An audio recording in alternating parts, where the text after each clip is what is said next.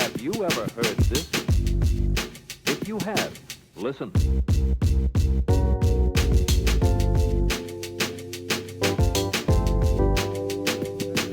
What's up, dudes? Yeah. Peace, bro. Traygod here, finally, bro. It's been like a year, I think. I think it was about a year ago when I had first been like, "Yo, you should come on." Yeah. And it's just been like, stuff happens. And T double back in studio. Yo, I'm back up in this month. Bro, we glad to have y'all back because I love some good hip hop and just that sort of chatter. But how you guys doing, man? Talk to me. Doing good, man. You know what I mean? Coming straight from the studio. Yeah? Fuck yeah. What you been working on? Music. Full time. Newness. Some new stuff I got coming out at the end of the year, beginning of the next year. Films, some other records, some multi-genre stuff. Stepping out of my comfort zone a little bit because why not? And we were talking about that, stepping out of your comfort zone as an artist, where you find stuff that you're like, oh, this might actually be like, or it's that risk you take, but 100%. For the payoff of like, could you be something really dope? You know, 100%. Yeah, 100%. Yeah, dude. I'm officially a working drummer again. Nice. Finally, yeah, Nice. Yeah, I had a dude come up to me at the venue. He's like, you should be a professional musician. I'm like, thanks, bro. Yeah, well, I wish it was just like, I'm okay, and I'm a professional. Pick up the sticks again. Well, I always have had a pair of sticks around, bro, but it's like I don't pick them up all the time. You know what I'm saying? Yeah. But like over the last couple years here, yes, it's been like, and it's like, drumming has been a thing. I started playing when I was 11, and it's just like I played all throughout high school, and then I kind of stopped for a little while, and then like kind of like 20s, early mid 20s, started playing again. Yeah. Played a lot. And then stopped playing again for a little while, and then started playing again. And it's like I always come back around to it, and I'm like I'm infected with drumming. So I think it's like well, and I think it's like a big thing I like about hip hop, because I talk about like Kendrick's cadence is very percussive. Yeah. So as a drummer, I hear him rap, and I'm like, yeah, digga digga digga digga digga digga digga digga digga. You know, it's like it's dope.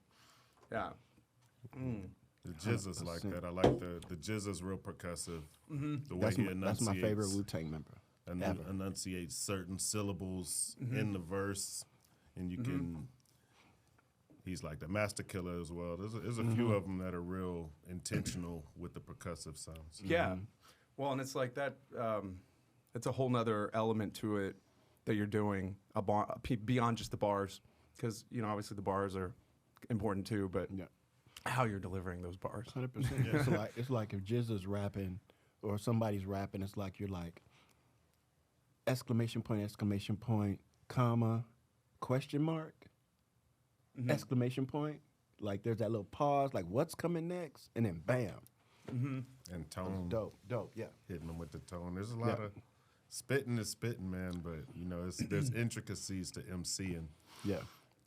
That's a whole nother thing, MCing. MCing is what? So, what would y'all consider what you do on Tuesdays to be? Just sitting in, or like MCing kind of, or what field would that be falling under to y'all? All? Yeah. Yeah, that's cool. And yeah. Y'all been playing with those guys for like a while, right? Like Sosa and all those dudes. Like you go back. Yeah, off and on. I mean, it's like musical families. They continue, and new members come in, and people get influence from different eras and aspects, especially in Austin, where the live music scene has changed. But it has always been real cross genre. You know what I'm saying? Everybody goes to everybody's shows, especially the musicians. They play all the different gigs, and so but it seems like there's this underlying wanting to do hip-hop music or to inject part of that Austin history of hip-hop into their live shows, because that's something that, we've been doing through a lot of it. And Austin isn't necessarily known for its hip-hop scene, like, ultimately, even though there's a good one. It's like it has its moments, right? Like Austin has its moments where it loves you and it hates you. You know what I mean? Like you'll have a moment where it's like you're talking like industry. as a whole, I guess musically wise, yeah. Yeah. Like, Austin will post, like, they'll do a Chronicle cover on hip hop, and they'll say, this is the new breakout. Austin's about to be on the map. Austin's about to blow. Yeah. But Austin has blown maybe 20, 30 times prior, right? It's always had a scene. We've had artists who have major record label deals. We had artists who were touring back in the 80s. Yep. Like, we've done all that. And I think, when the media, whoever is not in tune to that scene, and they don't really know nobody from that scene, then anytime they see something kind of new to them, Austin's about to be the next thing. Yeah. And don't know that's a continuation, right? That's another part of the lineage that's been going on. Because with us being from here, we've seen Austin hip hop at its heights, right? Yeah. Which is why a lot of people try to do what they do now to copy what was done prior. Yeah. You know what I mean? It's like genetically. They knew something had happened prior, but kind of acting as if they're the first ones to kind of do it, and it's the first one to see it. Yeah. Oh, we putting it on the map. It's like, it's already been. Yeah, it's been on the map. It's been here. It's been here on the map. Austin is But literally welcome. on the map. That's it. Austin But- is literally but on the map. welcome, come join us.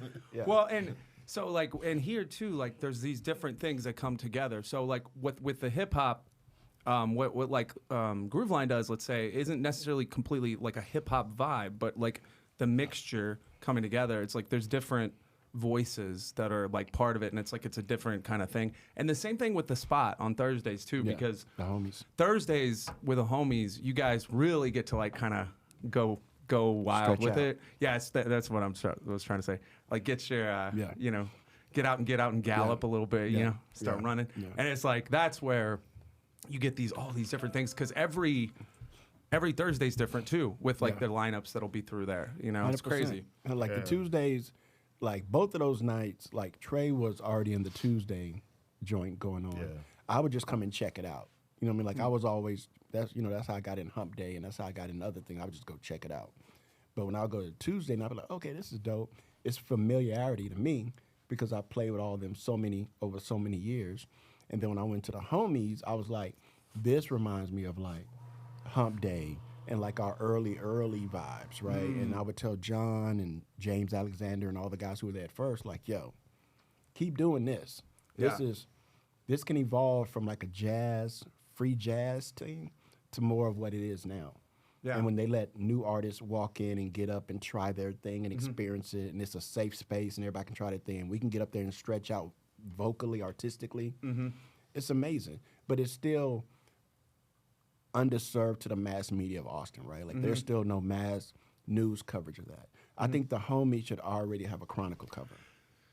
They should Yeah. already have Well, a feature. What we need to do is we need to change that. Yeah. Yeah, because I've been wanting to put something together with the homies. Yeah. It's not. I don't want it to be just the homies, but I'd like the homies to be like the kickoff. And Yeah.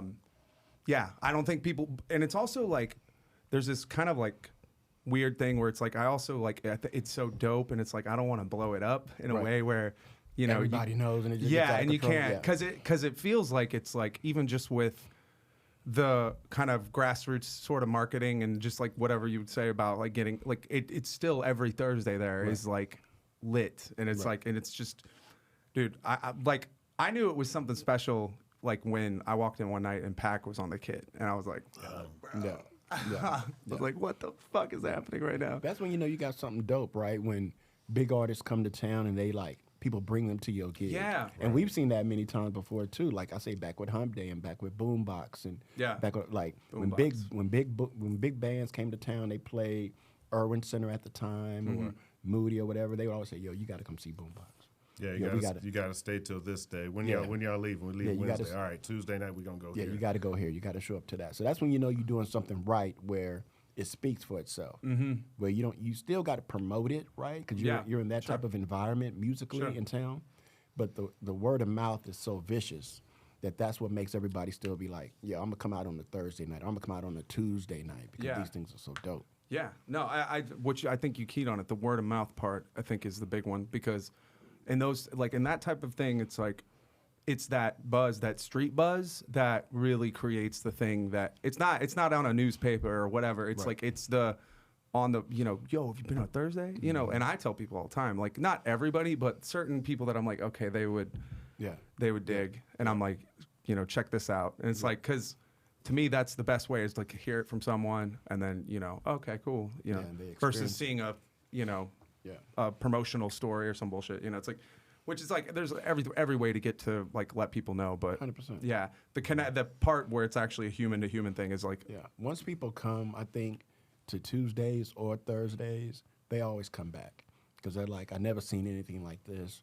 Is that freestyle? Is that improvised? Where can I buy it? Where can I buy your stuff? Where can I buy? You know, you make new fans every time you come in there. Like when I'm rhyming on Thursdays, usually every Thursday there's maybe like 5 to 10 people maybe who want to download my album. Like they're at the spot. They're like, where can I find you? So Yep. just by rhyming in there, you know, people are like, you create new fans. and that's, dude, and that's the nitty gritty of building something like artistically, because like with this, and you know, like you just do it, and then you get three new Yeah. fans here Every time. 5 new fans here Every time. you know, and then over a year that's like a couple hundred, and then over a couple years that's like 1,000, couple thousand, you know, and it just starts stacking, and it's like it's just that. And it's you guys have a real love of the game, I think, and that's what's important, because if you didn't have it, you wouldn't. I mean, for me, it's kind of more the art. The art in itself is therapy. As far as like what injects that hip hop energy into it, that's current. That's me and this brother currently right Yeah. now. It's into these 2 projects, and when that happens, you're starting to tie back into generations of Austin hip hop Yeah. that have been cultivated through that time. Yeah. And when they that's what's injecting the hip hop into it. Other than that, we have musicians that, you know, come from all different backgrounds, but even a lot of them tie back to different aspects of hip hop. And so I think that the injection of the live freestyle over the live instrumentation, and then you find out that they're improvising a lot of that time too, and that's just building that energy together. That's kind of what's unique to what's bubbling here in Austin. And as it happens in other places in Austin, you know, that starts to come up, but that spirit of actually doing that, of freestyling over a live band playing. And when you get into that, you start tying back into Overlord, because he's like one of the cats that started. He is the cat that started with a rapping over a live band. And so that energy together, coming together, is what I feel is unique to what we've had going on in Austin for, at this point, Yeah. a hot minute. You know what I'm saying? Hot Yeah, minute. and I've seen like Zile around. Shabani's doing some cool stuff. Yeah. There's some cats around that are, you know, doing some stuff that it's like, all right, cool. Like I like this vibe, because I think hip hop is, for me, like as a genre, hip hop is just always there on the playlist somewhere. Like I don't ever go that long without something in that realm. Whatever it is, you know, and it's like it's there. What you said about like the therapy aspect, it's like there is that element of that, and where you listen to a thing and it's kind of a catharsis of a song that you can hear, because you give that to an audience, and I mean what else could you know possibly, that's the best thing, to like have a audience feel that, because I think that's what makes people come up to you afterwards and be like, yo, what's up, man? Like, you know, they feel it. It's authentic, right? It's authentic. Like when you hear Trey rhyme, like there's a lot of rappers in Austin, a lot of MCs. There's a few that I'm like, yeah, that one got that. Yeah. That got that thing, right? That's like motivates me and be like, okay, when that person's rhyming, I need to turn up. And Trey's one of those. Yeah. Bavu is one of those. Yeah. MC Overlord is one of those. That when I hear, like when I'm on stage with Trey, each one of us have an amazing night. It might be the same night.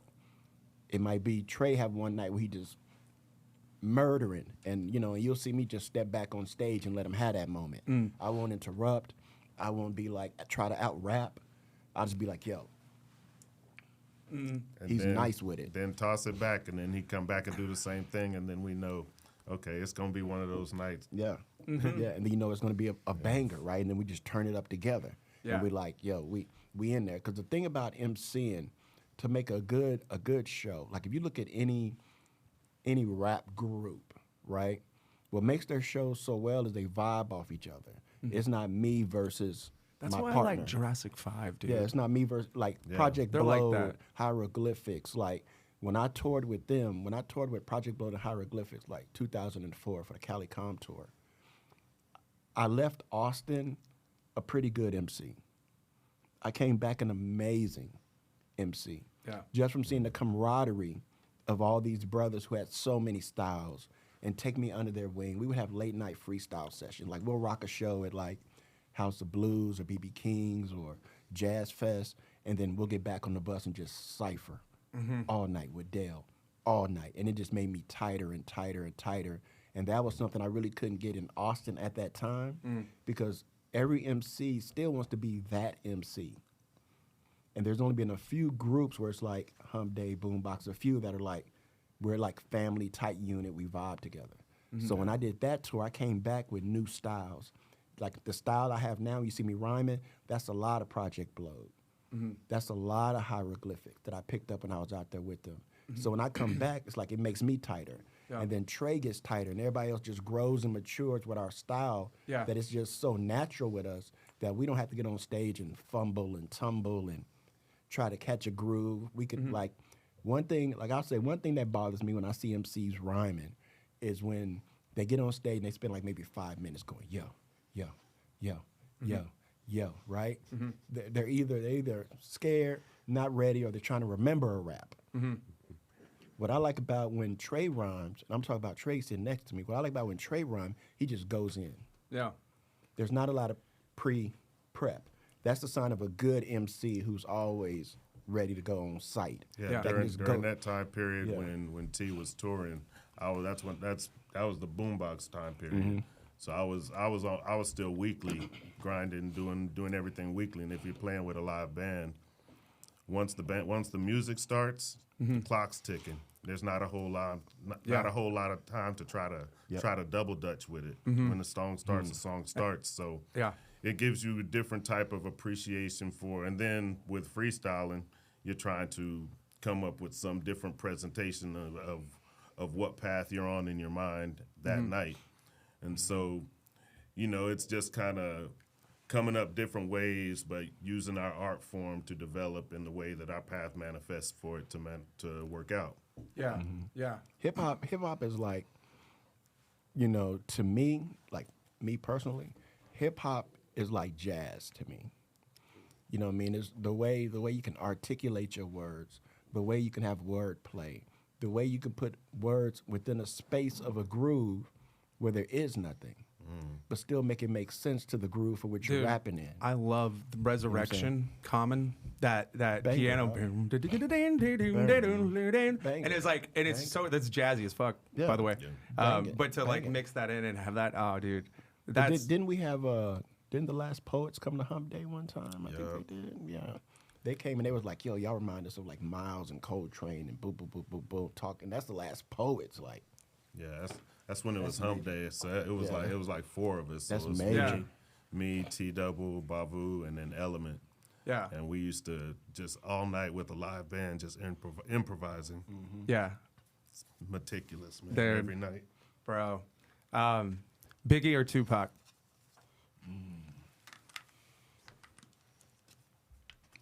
I would have to say, me personally would be Biggie. Same, I would say Biggie. Biggie. And the reason is Tupac made a big shift for me, which was, he was still dope. He's always been dope. He's a dope MC, a dope artist. I think when he left Digital Underground and he got more into the gangster vibe, like, when he went to prison and his only way out of prison was Suge Knight signing him under the terms of, you're going to be a death row artist, so you have to follow our roadmap. Yeah, Before that, when he was doing like Apocalypse Now, Brenda Got a Baby, all those type of things, you were like, I like what he's talking about. But you listen to his stuff he was doing with Digital Underground, he was really on that empowerment tip, really elevating and all that. And what I like, they both spoke about stuff from the streets. yeah, But I felt Biggie was a little bit more connected to the streets and not as much acting as if he was. yeah, You know what I'm saying? yeah. Because Biggie was actually from the stoop, actually from the block, while Pac was actually from art school, actually from an acting background. So it's easy, just like when he played Juice, right? When he played Bishop, he played it so well because he was acting so well to do that. Yeah. And then the Common people, we took that Bishop character as being him for real, in real life, and ran with it and got lost to him playing that role. But I like Biggie. Biggie will be it for me because I like the beats. I like, you know, how he was marketed. And when he first came out, it was Biggie and Craig Mack. And their first promotional item was called the Big Mac. And it was shaped like a Big Mac container. I got it at the Gavin, where I got my deal at the Gavin. Yeah. It was shaped like the Big Mac box. And it said Big Mac, and you open it up, and there was like their demos inside. And under the hood, it said Big Mac. Yeah. So the way they came out was dope. Yeah. And authentic, you know what I mean? Yeah, 100%. Trey, what you got? I'm an old school cat, so I didn't really get involved with the East-West beef. Right. But I grew up listening to East Coast hip hop. Yeah. So Biggie. Biggie. It's that flow for me, bro. The flow was ridiculous, but also I also grew up listening to Tupac and then recognized the change, and I was like, that's not good. That's nah, don't do it, Tupac. Don't do damn. Yeah. And then he got to a point to where he was even the spitting was real. It was like he was ranting a lot. Yeah. But he had a lot going on in his life, and even with the roles, those kind of mirrored where he was actually. That's kind of the same time period he was doing all the getting involved with all the bullshit. Like the Hughes brothers. So that, along with the movie roles, it leads into the acting, not being able to tell whether your acting was real life, and so. At that time, Biggie's flow was just, and the beats he was getting, it was just, Bro. He's one of those cats that's real percussive. He's jazz, but he's super percussive with his vocals. Yeah. Like, he can make one word last forever. Yeah. Biggie's nice. He's Dude, and he just, like you said, dude, he like lived that life. He was that dude. Like, he truly was that dude. And like, Pac kind of got lured to it. 100%. yeah. Because, you know, if you look at it and say, okay, Pac and Biggie, let's go find a video of Tupac when he was 13 or 14, rhyming. I haven't seen one yet. But you can find many videos of Biggie outside fucking corner stores, stoops, rapping, block parties, like, trying to get on. Like, I'm nice, too. And then go sell some drugs or something later that evening, Exactly. right? Yeah, Like, off the camera, you know what I'm saying? There was no social media and shit. And his beat selection, you know what I mean? Easy Mo B and everybody who did beats for him, like, you know, we're producer cats too, so his beats were always like, you know, I would put it like this. Biggie's beats sound like they came off like, this for a producer cats, like a MPC or an SP12, right? Like a higher end drum machine. Tupac's beats kind of sound like they were like on the Alesis 1608, real cheap drum machine, like a Roland 909, real basic kick, snare, that type of thing. Yeah. It sounded more mechanical, while Biggie's had breath and movement. Yeah. Talking his about beats. like More analog and digital. 91, 92. Yeah. Yeah. Well, like, dude, Biggie was just, like you said, he was like out there early on. Like, I heard a story about Patrice O'Neal, like, jamming him. Yeah. And somebody's like, who you listen to? Dane Cook was saying, like, he's like, oh, it's, you know, Notorious B.I.G. Like, before anyone was on him, because he was out there on those, like, you know, scratch tracks, just like, that's what it is. It's doing, it's that, getting out there and actually doing it. And it feels like with Tupac, it was more about the image than it was the substance. Yeah. And maybe I'm wrong, but like, you know, because I don't connect with Tupac's music the same way. And you go ahead. There was a whole lot of energy pent up in that whole thing. I mean, it was so much of it was swollen by emotion, like that whole East-West Coast beef. Whether you feel like it was inflated on false terms or for real, it actually happened. Obviously, because it led to two legends. Yeah. Getting eaten by it. Whoever's at fault. You know what I'm saying? It's like the media got involved, and when they ran that cover, when they ran Pac that vibe, put the hit out that got when they ran that vibe cover with Puffy and Biggie, and it was like East versus West. Who's the best? Slim Shady things. That was the first shot on a bigger scale. Because until then it was kind of bubbling. People heard things. Yeah. But when that came out, it's like we're the best. Then it kicked up. And like I was gonna say earlier, plus if you're an artist and you're in jail, you're in prison, and somebody bails you out, you're gonna go with their program. So if Yeah. everybody under them is being thugged out, gang members, this is what we doing. I just got you out for $2 million. Yeah. We're gonna take you in the studio, record 50 songs, and all of them gonna sound like you straight insane. Yeah. Yeah. You're gonna do it. Yeah. So he was kind of it's going to trapped in speak that. to this crowd, and they're going to eat it up. Yeah. Yeah. Dude. Then the crowd eats it up, and they absorb all that energy as well. And just next thing you know, you got a powder keg, and That's what happened. Bro, we were talking too the other day about Nas, Illmatic, Yeah. as like that's like one of the best albums, hip hop albums, not just of the '90s, but really ever. time. Yeah, yeah. and it's like there's so much contrast in it. You know, life's a bitch, Yeah. and then you die. Yeah. That's why we get high.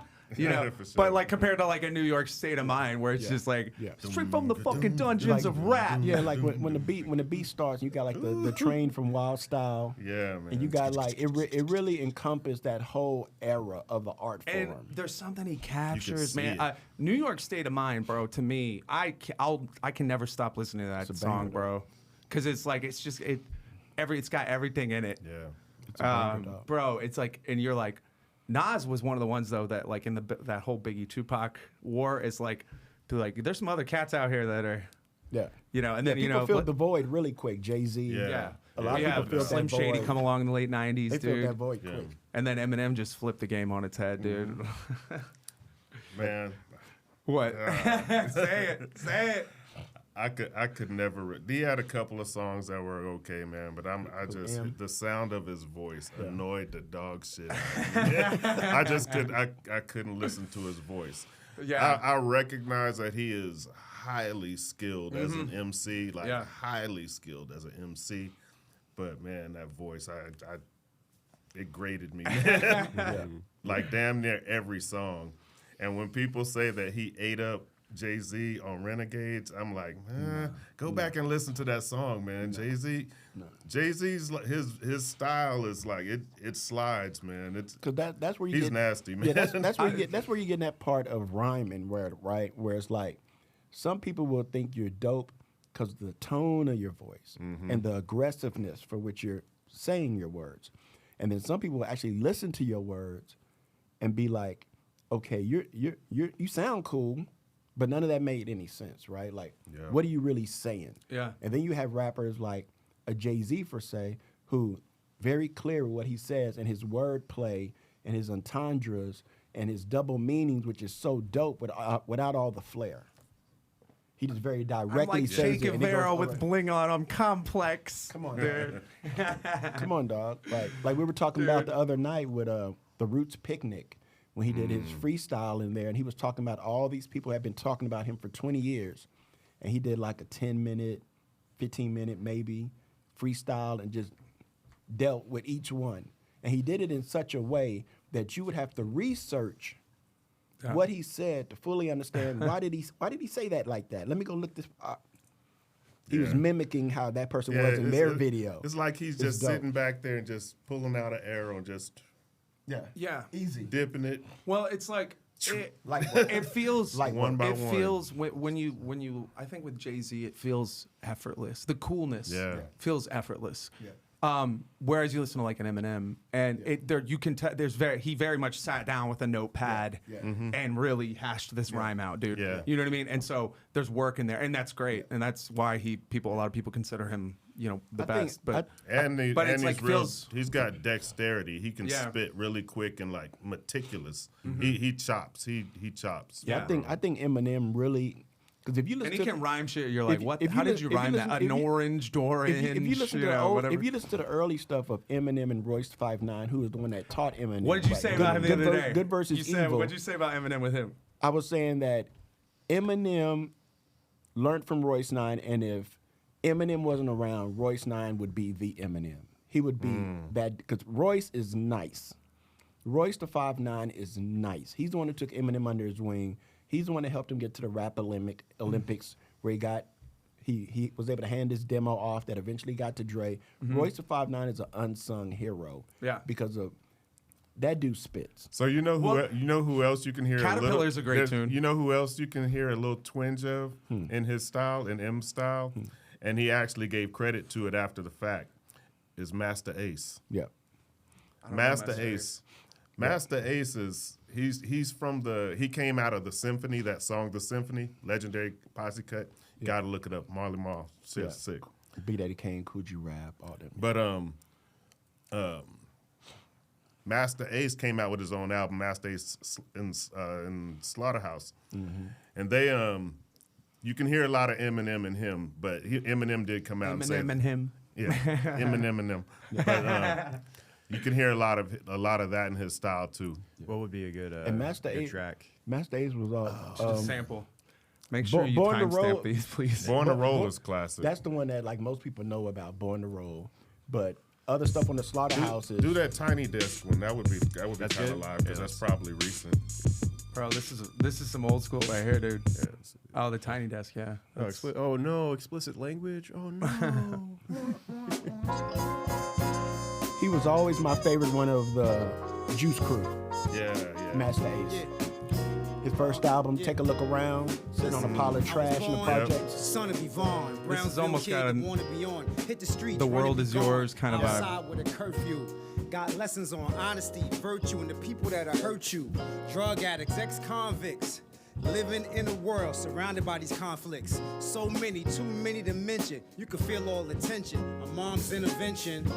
Trying to save a son from the worst fate. Getting home after 8 when she works late. Thank God for Nana. I was in control. In the lobby, sitting on tenant patrol. Cause folks How getting many robbed views on the does this have? regular. By chain Scroll down snatching a tad. dudes just in it for gold. Son of 1.4. Yvonne had a fight up the street. pretty good. He's a nice kid, but ain't nothing sweet. All I do it for you. It's for all you did when I was a kid. Cause it's mad friends. So ain't you're wanna saying be that born, but Slim I'm glad Shady to be kinda son took of something Yvonne. from Listen, yo, Homeboy? You can hear some Better elements get in the best the way grades. that he's Couple of B's, a C, and the rest A's. I think one of the- Top of the class, but not nearly last. I can hear the I beat inflection your for ass if you sure. think you Almost gon' like barely that pass. storytelling One of my best friends, aspect of- They be ditching school. Every week it's like a Friday ritual. You got a mind of your own, breaking so the let it be mold. known. I feel like Son of Yvonne, it's harder sharp as to, a kitchen tool. like, All I M do, took it I and do then for sped you. it up. It's Like, for 'cause he- all you M is did so when He I sped was a kid. everything. 'Cause Yeah. No Mad doubt. friends sped ain't up. wanna be born, but I'm glad to be the son of Yvonne. I think that's why people find him so All I impressive. do, It's I just do the it for speed you. alone, It's for you know. all you did when I was a Whereas kid. this feels more Mad friends ain't wanna be to the born. people. I mean, I don't know. It just feels. It's authentic, man. Like Yeah. once again, it feels authentic. Like when I grew up, when I first really started getting into the the rap game, started hearing all this music from New York. Because I think in Texas, New York got us first before Cali did, right? Yep. So a lot of us came up on like Boogie Down Productions and Juice Crew and Shantae and all that, DMC. Run DMC and all that. UTFO, UTFO, like Houdini. everything Houdini. that was dropping so heavy at that time. So when we heard those cats, we was like, man, I can relate to that. The 'Cause Fat Boys. It didn't sound forced, right? Like everybody had, kind of round friends like the Fat Boys who were funny, but had a gift, like they could rap. Yeah, They could and- beatbox. and beatbox. They could do something. All of us had friends like that. And So they it was got very loose real. on stage. Yeah, it was very real. Like I think my first Dude, these beatboxers these days, dude. big Fucking show. crazy, bro. I think my first big show I did might have been at the You Palmer should pull Event one of Center. those up, dude. Just for The the Palmer insanity Event of it. You know what I'm Center, talking about? which is Have you the seen any of Long these dudes? Not any These new world cats. champion beatboxers nowadays? yeah, yeah. Oh, world champion? I mean, these dudes are. It's unbelievable, dude. Like it really is. It's just like what dudes can do, just with that different like inflection within the mic Yeah. and just That was like manipulating Rozelle, the mic, dude. Like Rozelle, Kenny Muhammad. Bro, Yeah, here. I'm trying to figure out which one you are at. This might be weird. are you getting audio? Are you hearing yourselves? One. You're one? Okay. Check. Were you getting audio on that? No, I can't get the. Were We you might not just hearing need to any of change it, the or- headphone channel to a different channel. Drop There's- that down to the empty one there. Okay. Yeah, one of these channels I think doesn't work right. It is. It's probably the one you're in. I just hit your camera. Sorry. You're all good. Oh, we are all good. Goddamn, We're Trey. clean. It's all right. This is the renegade of the CKC. You time stamped it. I hope I did. we'll clean yeah. this up. We're in at 30 post. minutes. We're good. Clean it up in post. I tapped this one a little bit, and it looks like it's on the edge. Yeah, because there's Rozelle, who was beatboxing with the Roots. There was Kenny Muhammad. I think he came and sat in that Hump Day one time. So there's been You gotta cats find out an there Asian dude. who've been The going Asian hard. dudes are the most insane ones, bro. Here, this guy. Yes. I think I may have seen that America's one. Got actually. Talent. No, I don't. Oh, it wasn't a cut out. kid, Come dude. on, Go no. to a. I want an adult. An I adult. want a grown. I want an I adult.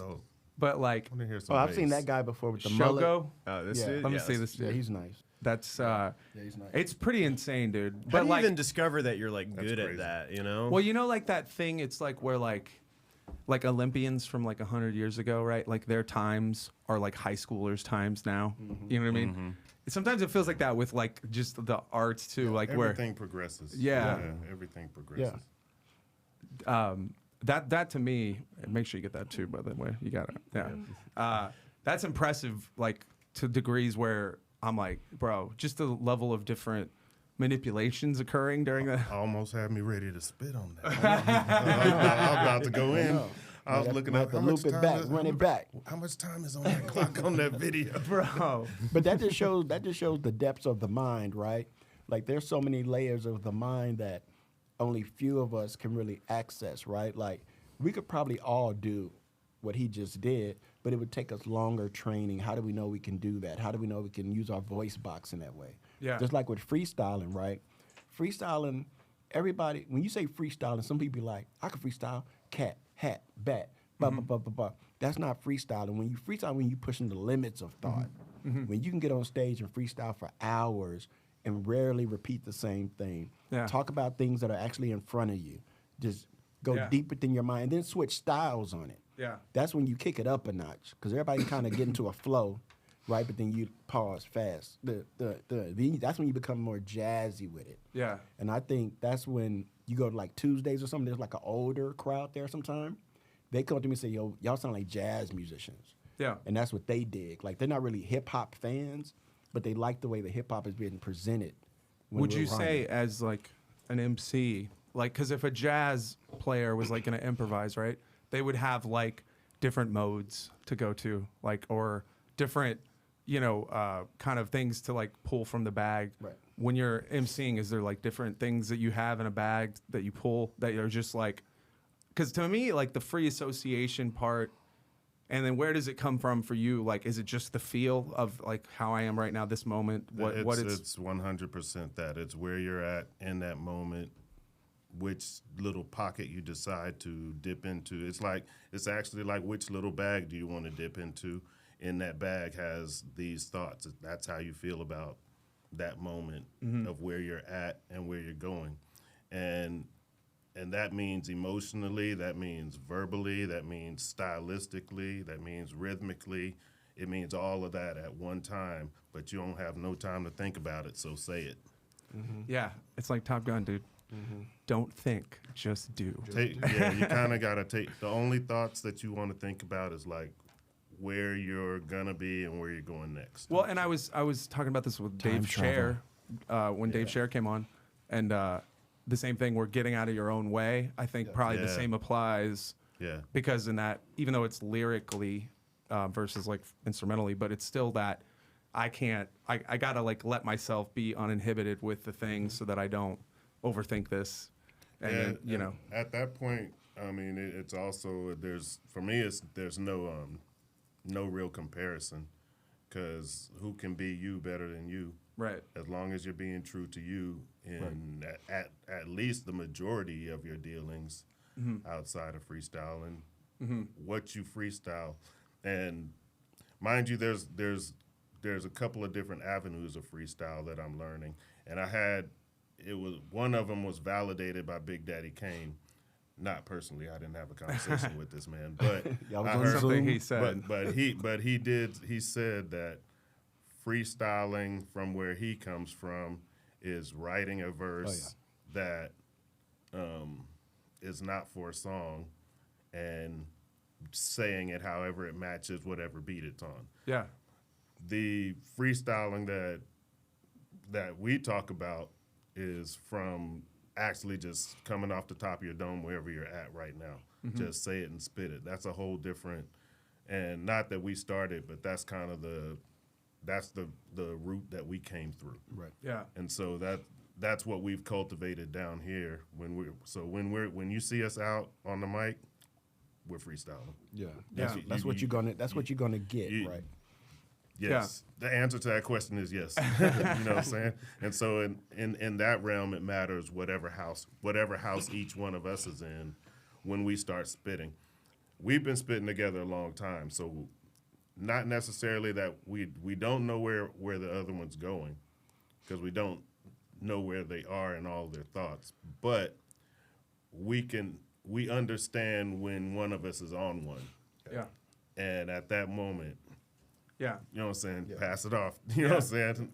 Like, oh, he cooking tonight. You know, 'cause you don't want- you'll see one of us. I'm not. It's that recognition of like, I'm not gonna step on this. Yeah. I'm gonna let you this don't want to break that train of thought, right? Yeah. It's like when you seeing a Jedi master or somebody, a monk, and somebody really meditating. You don't want to go, hey. Can I go take a piss over there by the bush, right? You want them to like zone. So if we're on stage and we doing 4/4s, 2/2s, whatever. If Trey hit a pocket and I catch it, I'll be like, keep going. Yeah. You there. You knocking on heaven's door right Yeah. there. Yeah. And then he'll walk through and be blow. And I'll just be like, because I'm a fan too, Yeah. right? Yeah. Like I've done Yeah, some no pretty doubt. cool shit, but I'm still like, oh, he's spitting. Yeah. Like I want to get in the crowd like, yo, that right there is next level. And then that motivates me because then I'll be up there and I'll be like, to myself, I'll be like, oh, we rapping Yeah, tonight. okay. Gotta Yeah. crank it up. Oh, we rapping. I thought we were just Yeah. gonna, So T said, fiddle about. T said doing 2x2s and 4x4s. That's like a little exercise that we as MCs developed. Yeah. In Hip Hop Hump Day. I'm guessing that's By 2 Vu. bars, 2 Yeah. bars. Yeah. Yeah, and we just 2 bars, trade 4 off. bars, 8 bars, 1 freestyling. bar. Yeah. And so that's like not only do you have to know what you're gonna say or at least have an idea where you're gonna go, but you also have to know where you're gonna stop. Like damn near immediately, and then come back in with something else. Yeah. Yeah. Depending on how many MCs are on stage. Yeah. Because we'll invite other MCs on stage to do these exercises with us, but it's like that's what it is. It's like Kung Fu masters going through forms, you know. Yeah. 100%, because it's a listening game too. You know what I mean? It's like we were talking about earlier about a drummer, right? Like you're doing so much at the same time. Just like with rhyming, when you're on stage and you're rhyming, you're working to keep the crowd hype. You're trying to make sure the band is staying on point, right? You're looking at your fellow artists to make sure like you ready, I'm ready, you feeling good, I'm feeling good. Who going first? Who going what? And then you yourself have to go all in, right? Like when we get on stage, even if it's a slow tempo or whatever, I'm giving 100% of my flow energy to that. Yeah. Because all you need is, as far as rapping, MCing, you just need one bad night. You just need one. Yeah. People to be like, yo, man, I saw what you called it the other night. He ain't got it no more, dog. Yeah, it's over. Man. It's over. It's over. He might need to hang that up. People are quick to like Might need to hang that up. say something, say some what I'm shit saying? about you, make a That quick should- judgment that should've been a story. about skill sets based off of a little sample size. It's Yeah. like that's where I'm like, you almost have to have that lack of fear though to be able to like say like that could happen. Yeah. I'm not gonna worry about Yeah. like if somebody like, oh, this person thinks this or that, because ultimately, yeah, it's like the thing that it's like you come back, it's like you just get right back in it and just And it's- boom, and- on to the next. Yeah, and it's Oh, like yeah. it's like what's your reset time, right? Like that's another thing. Like You gotta have a short memory, If somebody, like a quarterback. But if somebody's rapping, right? Say I'm rapping and I fall off, Yeah. and I'm like going really really fast, right? I'm doing my thing, and then I stumble. How fast is my reset to get back into it? Do I sit there and I mope about that moment and be like, I fell off, I was almost there, or do I make it part of the show? Exactly. And pause and come back in for the reset, and nobody knows that moment even happened. Yeah. So it's all those things that are combined. 'Cause I've had bad nights. Trey had, Yeah. as musicians, you have a bad night. Like we've had shows where the crowd was hype, and at the end, I'm like, man, I could have been better tonight. Like I just wasn't there. But my reset was so good that nobody there even noticed that Yeah. I fell off at that moment. My thing as a drummer with that, like let's say I'm doing something and then a fill just doesn't quite Right. land the way I was trying to get it. It's just always keeping one established, right? Which it's like you always got to center back to one, and then whatever happened in this bar, as long as we get one on this next bar, you're we back can to keep it good. going. Exactly. You know, like that's to me. 100%. Might even come off brilliant. You never Bro. know. 100%. Or unless you're with Heights, and his favorite game is Where Is One. Yeah. So Yeah. I love rhyming with him. It's like playing 3-card Monty with the one. The thing that I do is when I'm listening to drummers, for me, when I'm listening to drummers or musicians, I count everything that they're playing. Like they have a snare, where the snare hits, where the hat is hitting, where the kick is hitting. Where did he put that shaker in there? Because I know at any given moment, especially with Heights or anybody else, they could take all that away and just have the shaker. yeah, So I still keep yeah, my rhythm on something in there because he's going to Yeah. circle back around Yeah. and bring everything else back, and that part is still going to be yeah. there. And if you catch it right, it's gonna be brilliant. It's going to be amazing. The crowd Cats is is going to gonna be like, where did he find that? oh my God. That's Dude. why. That's why. Yeah. Well, and it's like, And it could be one word, like on some Biggie shit. You know, yeah. to just yeah. Yeah. Dude, how do you know when y'all are freestyling, like when you find a hook? Like, do you? And I'm assuming there's moments where you're like, oh, that's a hook in the freestyle, and then you might like hit that. sometimes. I mean, sometimes, I'll blast right through some. Sometimes, yeah, most times because like 'Cause a hook's I important, right? Like, I mean, and then they are, but I don't mind that 16 bar shit. Yeah, Yeah. man, I overwrite. I'm writing Yeah. past the margin. My Yeah. my story's still going. I'm still I, writing. I think hooks, to me, depend on who I'm playing with. Right? If I'm playing with a band that likes that type of hook and that vibe and like a little break, they like a little 16 Yeah. break, a bridge break. You learn that from playing with musicians. Then I can come up with a melody or something in there. But if I'm with a band that likes to play, then we can do the 64 bars. We can do the 80 bars. We can do the rap Yeah. 15 minutes apiece. Yeah. Like I don't need a hook. Yeah. Because I think the hook kind of just, to me, a hook would be just for me to catch my breath. It wouldn't even be that important that I need to add one. yeah. Well, So the band on Tuesday, Groove Line Horns, that's real. They have hooks for everything. yeah, But on Thursdays, that's kind of one of the differences between the nights. Thursdays, plus slightly different musicians. Right. But Thursdays, it's more improv. Just the night goes how it goes. It just builds from. It's real organic. The energy of it. there's more of an experimental vibe to Yeah. it than Tuesdays is a little bit more structured, a little Yeah. bit more. I mean, and even what y'all do within that is dope because y'all are kind of introducing a little bit of chaos within the structure in a Yeah, way. definitely. You know what I mean? Yep, indeed. That's which- the best part. Yeah, which is like I think it mixes it up. It's like you because you have the band and they're doing the thing, and then it's like okay, let's let this. Man, Let's go let this run for a minute. I'd like to mix it up some more. I ain't gonna lie. They go through some grooves sometimes, Yeah. and some of those other songs that don't have rapping on them. Where I'm like, man, let me touch that one real quick. Yeah, we'll be off to the side and be like, man, that one right there, Man, we could have been rhyming on that for like the rest of the night. It's like a little bitty, little jazz break they come up with right in the middle, and I'm like, yeah. Dude. We're gonna wait till Thursday for that. Yeah, right? that's a banger though. That's a banger. Bro, you catch that and you're just like, oh shit. Like that's the thing too. Like certain players will inspire you in certain yeah. ways. Where 100%.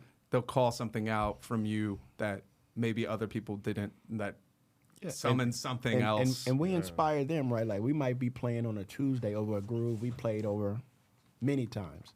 But the way Trey is rhyming, the way I'm rhyming, maybe Heights might hear a different drum track under that now.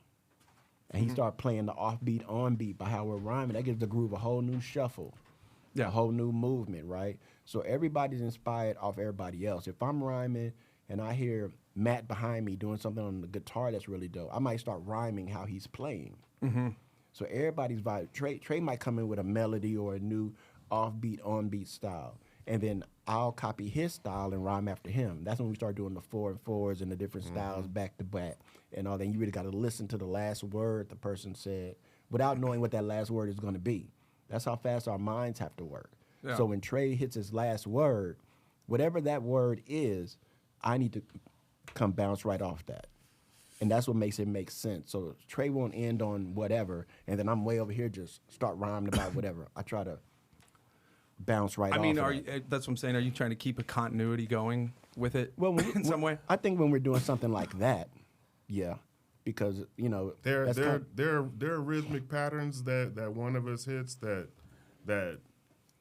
T might hit a pattern. I'm like, oh shit, I like that pattern right there, and I'll try to dance my pattern right off. Like his. almost like a cadence. Yeah, so that whole section just has this same little chop it. Yeah. same little swagger to it. Yeah. But even beyond that, I feel like with the musicians that we have, I feel like as MCs, we're kind of blessed as well to be on the stage with musicians of that caliber. Yeah. Because they're nationally known as the baddest band in the land. Right. You know what I'm saying? Yeah. Right.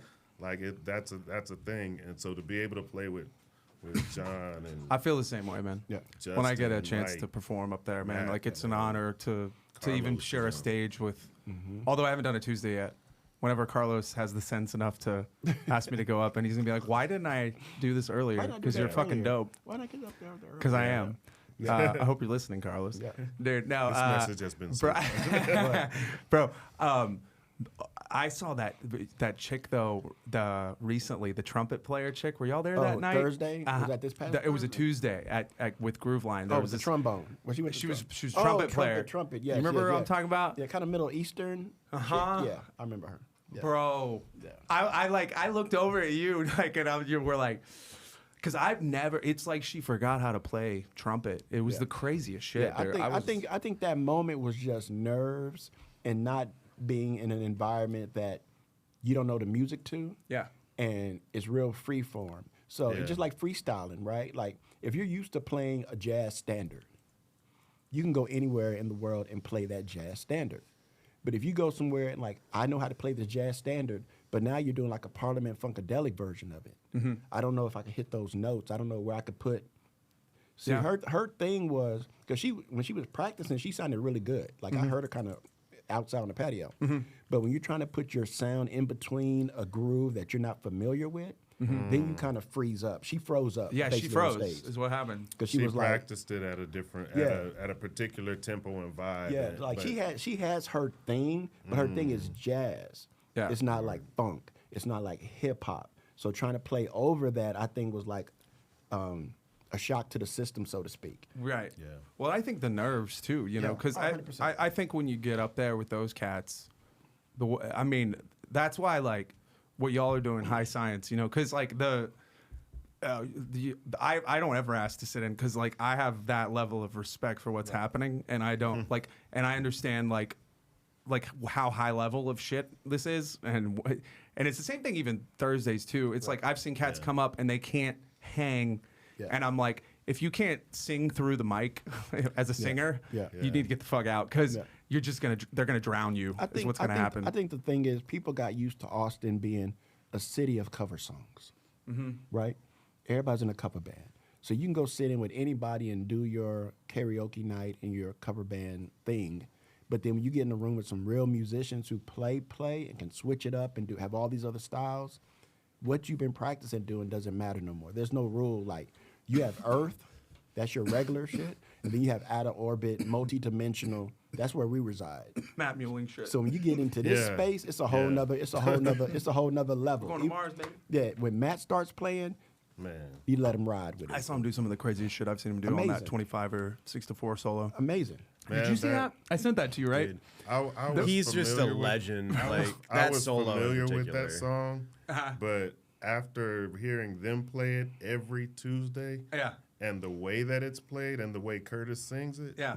man, it's one of my favorite songs now. Well- but I can only listen to it like that. That exactly. Well, right. Well, because Exactly. they've mixed it up. It's like it's not waiting for the break. It's like Yeah. waiting for. They put a the swing to break it. Oh, of man. day. Yeah. It's like, And then like stretching halftime it out. Yeah. Ooh, Yeah. man. They halftime it, and then it's like, and then that build, and that's why it adds I got so the video much because I was like, to that song. There's It so was much body to amazing, it. man. yeah. Well, it creates because the original tune is very straightforward. Yeah. You know. Yeah. And I feel like they used to actually play it a little more straightforward, and it's They kind of did. evolved for them. They did as they've played it. They saw how the they saw how it affected the crowd. Yeah. The band did. Yeah. Like, And it's like you can Groove line in still there. bring it back with Matt at the end, always, you know? yeah. With and that. They even did it in a blues fashion one night. Yeah. They did like a blues version of it one night. That was crazy.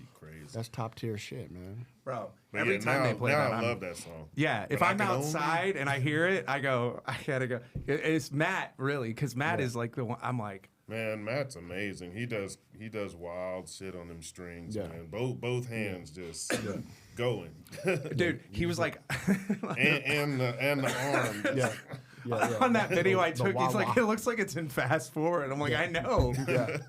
It does. Yeah, He's That's act- how fucking crazy it is. He's acting up, man. Like everybody up there is a top tier musician in their own right. Mm-hmm. So when you put them all together, you're going to get an explosion of sound. You're going to get an explosion of emotion, explosion of movement. Before you even add rappers or vocalists, Mm-hmm. the band is already solid. Yeah. So You pay a little attention to Nick on the bass. Nick being the Okay, cut, just let's like talk about Nick. yeah, Nick Because that fucking guy, dude. that guy. He was just playing with, who was it? Spice, Roy and Spice. Yeah. Yeah. The other night. Yeah, on Wednesday. Yeah, I swear to God, dude, this dude is just, he does he's insane though. the craziest shit where I'm like grooving and I'm like, what the fuck was that? Yeah. You're like, Yeah, man. what did he just do right now? He'll just fall into some super funky shit that's just like kind of awkward when you isolate it from everything, but yeah. in the context of everything, it's just perfect. It makes the whole I- thing sounded, man. He's Dare I say, he's the baddest motherfucker in town Yeah. on that bass. And he's he so cold. he's so He cold. he- D Madness he- is cold too. and he's D-Mac- so low key. You know, what I That's mean? a good Whole counter. nother- That's whole a good nother counter. episode. Yeah, Nick is like super dope and real low key. Like the way he Yeah. plays, you would forget he's on stage. That's what's 'Cause he crazy just about him leans is against that he amp, does that- this Yeah. insanely that crazy, Leslie dope speaker. shit, and the average person doesn't even understand what's happening. You know, for a listener that like is music Yeah. oriented, they're like, "What the fuck?" You know. Yeah. But it's like he just I say that he's casually filthy. You know. Oh, yeah. Just Oh, and. yeah. And then I said this with Matt the other day. I had him like, because you know me, I love to get y'all motherfuckers cracking up on stage. I was like, routine ridiculousness, like, dude, because that's what it is with Matt. It's just Yeah. routine ridiculousness Yep. all the time. And you're like, I get spoiled on this shit, and I like it's such a let's go back to like it's such an honor. Yeah. And I said that, and the thing I love about Matt too, man, is like I said that I was like one night after I had sang with him. I was like, great to see you, bro. Always like an honor to get to play, perform with you. And he's like, Yeah. dude, likewise. And I'm like, bro, because it's like it's just that level where you're like, man, this is like peak. This is world class shit here. 100%. You know what I mean? And that's why when I get on stage to rhyme, I always try to like keep that in mind. Like I'm playing with top tier motherfuckers, top Yeah. tier MC, top tier band. That's So another thing I to don't keep I don't your I ass don't on I don't ever want to hop on the stage and just kind of phone it in, right? Oh, yeah. Just kind of rap. I want to get there and be like, okay, Trey is up here with me. Somebody I respect. I respect the whole band. I'm like, I got to go hard. I got to, I got to try to put some bars. Like sometimes I get up there and be like, I'm about to do some bars that Trey can't follow. let me try to do something really, let me just show out. And then Trey will come with some dope shit and I'll be like, oh, we rapping. Okay. But I think that's good, man. I think that competitive, it's the same thing with like, in a sport, there's two Yeah. guys Yeah. battling for a position. Like Yeah. it brings out the best in those dudes because, 100%. you I gotta. came up watching the kung fu flick, so it's Yeah. like the masters sparring Yeah. when it comes to spitting. Kung Fu Theater. Kung Fu. Dude, Every Bruce Lee Sunday. was crazy, bro. That was it. Bruce Lee was crazy, but a lot of them other cats were too. Yeah. I The whole just, Wu-Tang album is Kung Fu Theater. Yeah. Well, they like took that from They took from all Bruce them, Lee they shit, took all right? them. No, that Or was was that that was from Wu-Tang. those were from Yeah. actual No, movies. That called- was a think, style, right? The Wu-Tang style. Yeah, there were It movies was a actually style, called but it's Wu-Tang. based on movies though. There's Yeah. a whole series of movies. It's like Enter the Dragon.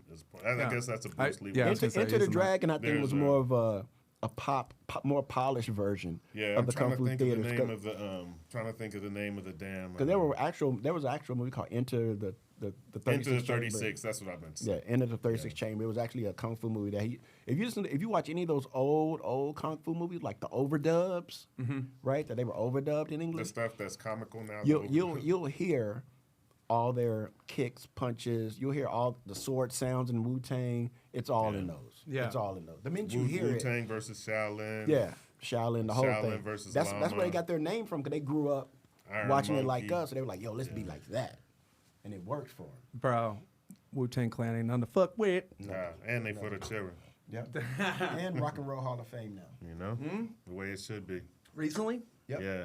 Like this year? This year. This year, I think. Oh, shit. Yep. Dude, didn't Skrelly buy some Wu-Tang shit that they put out that album that they Oh, only yeah, released yeah, one yeah. copy of it or Oh, whatever? yeah, the one of one thing. Did, Yeah, I did think- Skrelly buy that shit? Yeah, he bought it Yeah. for like $1 million. Then he went to jail, and I think some investor or a hedge fund or somebody bought it from him. Yeah, And something then I to think do they're with- suing somebody now because part of the deal was you can't make copies. And apparently one of them made waves or MP3s and was sharing it with people. So Yeah. they basically broke the agreement. So I think RZA's suing whoever owns it now. Man, I still never heard it. I want to hear this. I heard some stuff that was rumored to be that, but it wasn't that. The single copy Wu-Tang Clan. So it's a whole album. Yeah, man. It's supposed to upon be a time crazy or too. something. Recorded in secret over 6 years. Only one physical double CD copy was ever. So what's okay? But I also heard that it was like some producer had gotten a hold somehow of a bunch of Wu-Tang beats and somehow got Wu-Tang verses over it somehow. That's what But Method it Man wasn't was like it was like RZA and this other producer. Yeah. I can't think of that guy's name. Yeah. But they Straight just from- put some shit together. a federal court seized the album The actual album, yeah. to satisfy his debts. Yeah. So the Department of Justice Department of Justice owned the Wu-Tang album and then sold it. For $4 million. For, so they turned a nice little profit on that, dude. Look at that Department of Justice, dude. That is so. Isn't that a weird universe to be in, where the Department of Justice sold a Wu-Tang album for $4 million? It's comic book shit. I'm surprised they didn't make a comic book out of that. Yeah. Like I that, didn't even that realize is the comic book story right there. How the Department of Justice trying to sell a Wu-Tang album to secret buyers, right? They're being Yeah, who shady- did Then they- a whole Oh, spin-off Digital of- Art Collective, Pleaser Deo, which partnered with the Museum and Australia to host the first ever public listening parties. So people can listen to it, but they can't get a copy of it. Yeah. Yeah, and I assume they're really strict about like Okay, no that's- filming. that's Make no you put your recording. phone in a Faraday bag or some shit, Exactly, probably. Yeah. Yeah. I'm surprised that none of it has leaked, because that seems like something that people would go to great lengths to record. I feel like it's gonna leak at some point, though. Yeah, but I mean, It's like it's gonna be something like because like you spend. It's just wild to me that you would put that much into something to not put it to the people. Yeah, and It's I heard- just weird. And I heard a lot of the Wu-Tang members don't even like the record. yeah, that's the. That's that- what maybe I that's heard as why. far Like as Method the Man and a few others was like, yeah, we don't even count that as a Wu-Tang album, because it was just like RZA and somebody Ghostface is else. pretty pissed off. Yeah. like he's.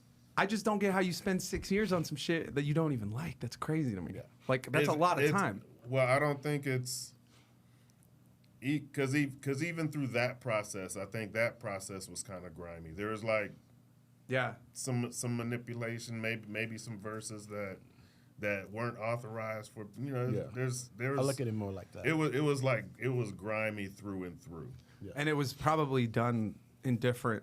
and thing- they stand to get very little money from the proceeds of that, Mm-hmm. which I think that's what pissed off a lot Yeah. of cats. Dude. Yeah. It's crazy. You told me the story too of Nas, and Yeah. I want you to Google this because this is crazy. Yeah. What you told me So about. I actually researched it, so I'm a little more informed now on it. So apparently, MC Search owned 5% of Nas's catalog, 5 to 6%, and he sold that part in 2023, 2022, something. Yeah. So when Jay-Z said, "I know who I paid God," Searchlight Public, he in fact did pay Search because he owned 5 to 6% of it, but he implied it as he paid a bigger amount for usage of that track. But MC Search only got like 5-6% of that, and then he negotiated a deal that if they use Nas's sample, then Nas got a bigger chunk of publishing off the usage of that sample, and that's where MC Search says that Nas owns Jay-Z's publishing for that song, which he doesn't. Which He just song are you owns referring to? Dead Presidents, which he doesn't own. He just owns a a nice chunk of it for the usage of his sample. Yeah. So he still gets paid continuously off the reasonable doubt and all that and all that. Yeah. So that's what MC Search helped Nas negotiate. But up until 2022 or 2023, MC Search did own a portion of Nas's publishing. So if Nas, We're talking about like Illmatic, like yeah, he owned a portion of a couple of songs. So if we're looking at Jay-Z sampling Nas in 90 whatever At that time. for Dead Presidents, MC Search did At that time. own a piece of that publishing. yeah. Right. So you gotta look at the smaller particular. That's why I wanted to look at it first to make sure that I didn't get on here and be like blah blah blah. Blah. Well, yeah. But he didn't own like 100% of it. 50%. He owned like 5 to 6% of it. Which if you're selling a sample for $1 million or 100,000 or 200,000 and its usage continuously on the album, that can add up to some good money. But he did negotiate for Nas to get a bigger chunk out of the publishing for himself. So Nas does make more money off that, and then MC Search sold 100% his share to whoever in like 2022. So that's one of those things where Nas heard the line and he was like, hey, Search. You know what I'm saying? Like, let's talk about something. It might have been something that like Jay shined a light on for Nas. I think like that would've- like a jewel. Yeah. Like kind of a jewel, but a like a little heads up to it. but like a real hard in the gut. Well, and Jewel. that's like a pretty prominent thing in the hip hop community too. Yeah. Because we were Jerk talking and about that publishing, before sure. we started the pod. I was talking about how I was just listening to the George Clinton, realizing, oh shit, this is where Snoop sampled Snoop Dogg. What I think is his his main debut hit, right? Yeah. Yeah. What's my name? Yeah. Yeah. And it was like that was and same thing with Eminem, because that song, which I also just happened to be on the track playlist that I was listening to, Labby Cipher. Yep. I got the, you know that Yep. song? Yep. That's where Yeah. Eminem sampled "My Name Is" from. Yep. Oh, damn. Yep. Ba-boom, bam, bam, See, bam. when you get into those discussions, that's when you get into like publishing and who owns the masters, right? And most You were putting us on game on this last and time. most songs like that rappers sample from back in the days, they sang the song, but didn't write the song. They don't own the song. So when you think of a sample, you'd be like, oh, Bill Withers, Ain't No Sunshine, right? Just for an example. Oh, Bill Withers, oh yeah, but what if he didn't write the song, so he doesn't own the publishing of that song, right? So that's when it gets harder when you're trying to like clear a sample, to use a sample, because you go straight to the artist, and they might be passed on, and their estate might not have a clue. So then you go to look for that label is defunct, it's not around anymore. So then you got to look on the record and say, this person, that person, and that person. Well, maybe one, like I think it was a Chuck Berry song that a couple of people listed as songwriters. One was a guy who got payola to play a record, so they gave him publishing. Damn. The other guy who was on there, he got publishing because they kept falling behind on their rent. So they added him as a writer to make money for back rent. So sometimes even when you look at those labels, people involved aren't even Really part involved. of the song. Yeah. So it gets, that's like I was telling y'all last, that's why I'm really big on like making sure you have your publishing, make sure you have all that cleared now, because you might not have it hit now, but who's to say somebody might find one of your tracks and be like, yo, that's because most people who are suddenly cataloged resurgence, they were in the garden doing nothing, right? They weren't even thinking about music. All of a sudden they get a call like, yo, like MC Hammer, right? Can't touch this. Yeah. With Super Freak and all that. So, Yeah. when Rick James said when he heard that in the documentary, when he heard that, he was like in his car and his kid called him and was like, oh, you're doing hip hop now. Yeah. And said the only reason he sued MC Hammer was because in the beginning, I think MC Hammer said, my music hit so hard. Rick James didn't like that he said my music instead of Rick James or wherever I got it from. So he said that's the main reason why he sued him. He said, I liked it. It sounds cool, but once you say it's yours and Yeah. it's not. Man. It's a So respect thing. So There's publishing It's get- Rick James, bitch. yeah, Rick He James. told you who he was. Yeah, publishing is a very serious and often used to rob artists of their music. And we're living in a strange time now where it used to be labels basically robbed black artists. If we be in the 100, they usually rob black artists, and a lot of white artists are now getting robbed. So now it's becoming, oh my God, So and so took my publishing. But it's been happening for black artists for 100 years, and we didn't have no advocates, right? There were no allies to say, give so and so back his rights, give so and so back his rights. But Justice is expensive. But now, since it's a bigger thing, people are fighting. In a lot of ways. Even wealthy artists are losing, right? Like Taylor Swift, she was signed to Scooter Van Braun. He took her music and then he sold that catalog for 100, 200 million. She tried to re-record all those songs, right? And that didn't go that well. Yeah. So she had to start following up with new music. So sometimes your contract that you signed becomes, because she was signed young, but I think her parents co-signed as Yeah, her guardians. dad was Goldman Sachs banker. To agree to it. And then, she got robbed for her catalog. It happens all the time. I saw That goes to that Jay-Z line in that freestyle. In perpetuity is how it's worded. Perpetuity, forever, for life. Jay-Z For be life. dropping jewels in those little freestyles. Yeah, you got to really pay attention, Gotta pick them man. apart. You got to really there's some of your biggest records that you like. The artist makes no money off that. Like Every Breath You Take, Sting, Puff Daddy, Biggie, and all that. Sting gets 100% of the publishing. No shit. He said that song has put his kids through college. That song has bought him property. That song has bought him islands. That song has done he owns that publishing because that's the Police song. Yeah. Thank you, Biggie, for dying. You know what I'm saying? So he owns all those songs, and he wrote most of the Police songs too. So Yeah. him and Stuart Copeland, I believe, who was That's the where drummer, it's maybe. like, bro, Yeah. get some shit. Like, work some new shit out. Like you don't have to pay people. Yeah. Like, you could come up with your own dope shit. Catalog matters, man. Bro, yeah, that's why I don't. Yeah, license your own music. Yep. There's a reason why so many artists allow publishers to take a cut to Yeah. do it because it's tedious. Yeah.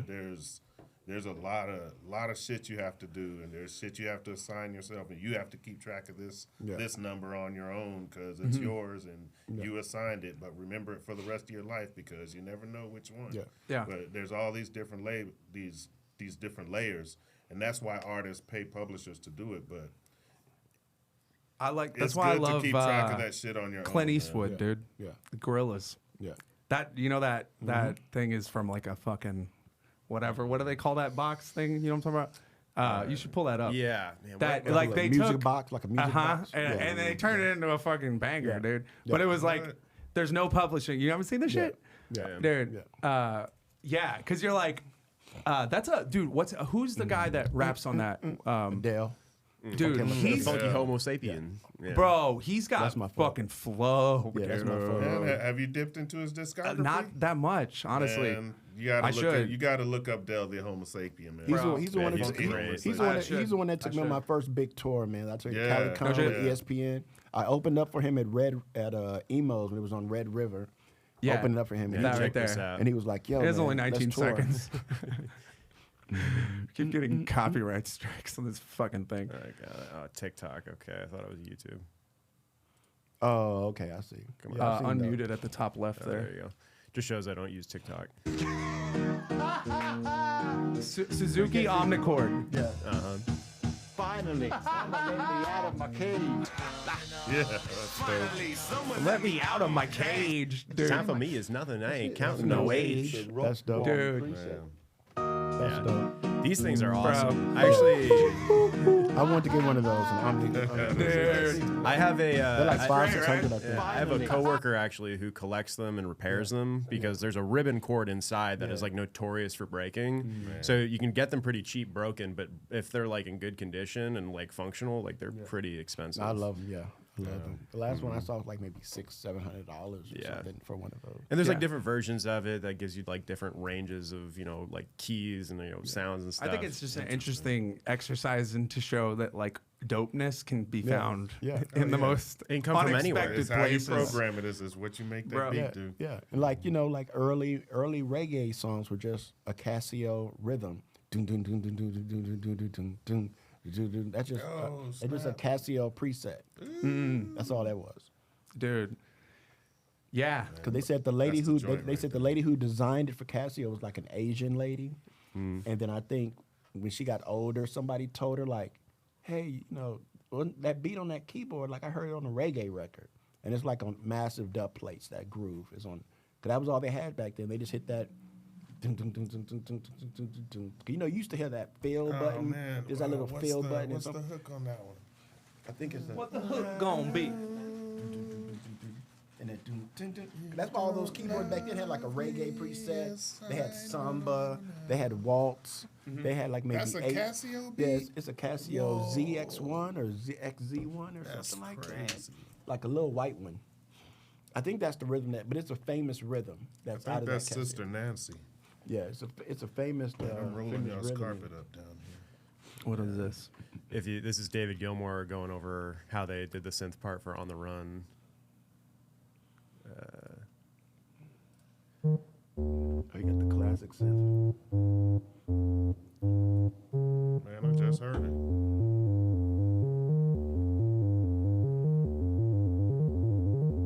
Those 8 notes are less than a second long, and then you bring in.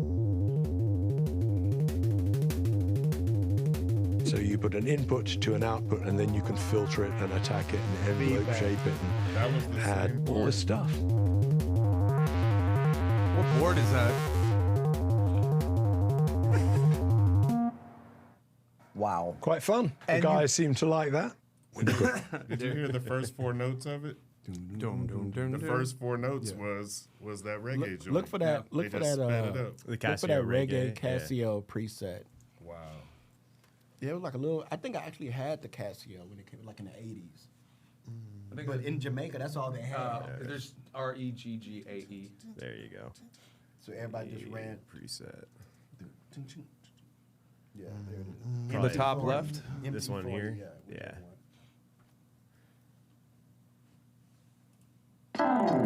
MT40. That's another one. It's like a fucking Nintendo.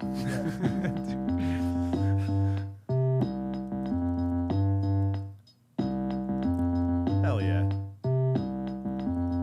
I'm surprised nobody's taken the Nintendo beat and rapped Well, I on think it, dude. It's a slang thing rhythm. I think that's This what one it here? is. Yeah. Slang ting. Well, speaking too of Nintendo, have you guys gotten into like circuit breaking at all? What was that? Oh, Circuit okay, yeah. breaking? Circuit breaking? Yeah. I'll pull up some. Those are awesome. Whoa. It's not that key. He's using that keyboard. That's nice. You know why I love reggae? Upbeats, bro. I'm obsessed with upbeats, bro. That's the backbone of reggae. That and the one drop. And think about how many dub plates have used that, right? Like Oh, man. everybody in rock, and it's so simple. Man. Headphone. Somebody out, else into has whatever. used it on Yeah. this tone. Bro. Dude, that's great. Casio, Those dude. DJs, Crazy, man, they man. used to. But that's when producers music used was to really put like that out the together. box, right? When you could just create whatever you had on hand, right? Yeah, Yeah. with the whatever you got. That's why I tell a lot of folks when they come to the studio, I'm like, you don't need a Oh, lot people of have stuff. rapped on it? You go, oh, yeah. On Mario shit? Oh well, so Oh, yeah, Mario's I'm like trying to that. find a video demonstrating it, but there's a very popular thing to do is take old consoles like an NES or like a Game Boy or something, bend 'em. circuit bend them, circuit break them, because the actual games themselves they didn't like there wasn't enough memory in there to store actual audio, so it's just MIDI information. So in the console itself, there is a virtual instrument. And then that actual chip, the game itself, is triggering the instrument. So what you can do without the game is you can go into the take the console instrument. itself and just mess around with it, overclock it, and get like really gnarly, like retro video gamey type tones out of it. I'm trying to find From it. a whole. Yeah, I got a Moog. I had got a Moog MG1 that they came out in the 80s with realistic Radio Shack. And the cat I bought it from had circuit bent it with like extra oscillators, extra filters, like all of them that's just switches. And I was like, what are all those? He's like, oh, I circuit bent it, but it sounds dope. Bro. That's what I'm saying. You can find beats in like the craziest, unique places. Like, that you wouldn't think. You can do it at like even like people do it like children's toys and stuff. You know, like little. Oh yeah, because they're cheap. You can find them anywhere, and no one wants to disassemble an old Game Boy. What does it sound like? It's like we'll use this one. Is this? Hello and welcome it's back like to intro Switch circuit and Lever. breaking. Let's do this. Sorry, one yeah, here. just do one that's actually.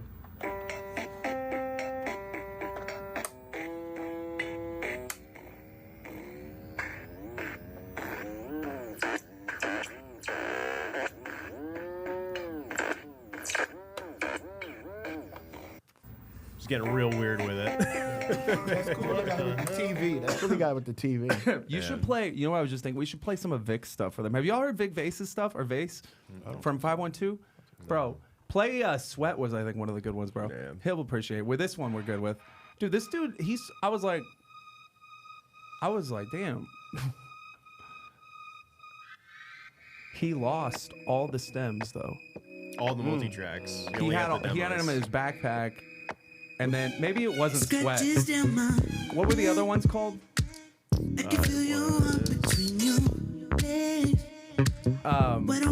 Madman, I think actually was.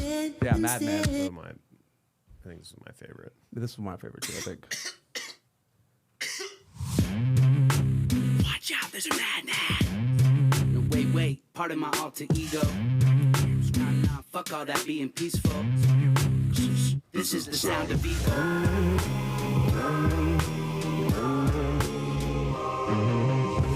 Can't escape me. You're in my clutch. You couldn't shake or phase me. I just don't give a fuck. You're the only thing in front of me. Don't do shit right. And I'm too blind to see you there. Bro, he had like played this for us. He's like, yeah, I haven't really put it out. I'm like, why? Even as just like a little like demo track thing, you know, it doesn't need to be like perfectly mixed. Pop you like glow stick, ruin your whole life, running on preconceived notion. Mix it with that potion, I can tell you like top Kendrick. it off. Then you head against the wall, still can't knock me off. Fucked up, let me hold you. Right on Papa's shoulder, turning you to a stone-faced, cold-blooded soldier. Look you in your eyes, tell you lies, why you eat it all. I'm beating down your block, knocking pictures off the wall, bitch.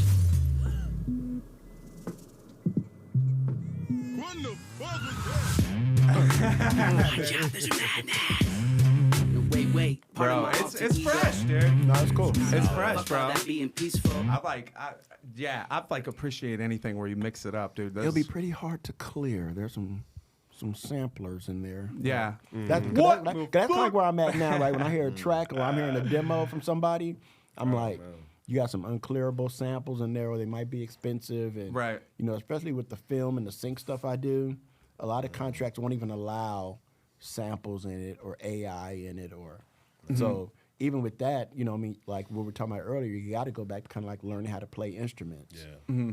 So I don't get all those sample strikes. Or the era we come from can really get chopping, right? Can chop those samples up somewhere that nobody even know where. You know, if you're smart when you're sampling, like if you sample James Brown all the time, you're gonna get caught.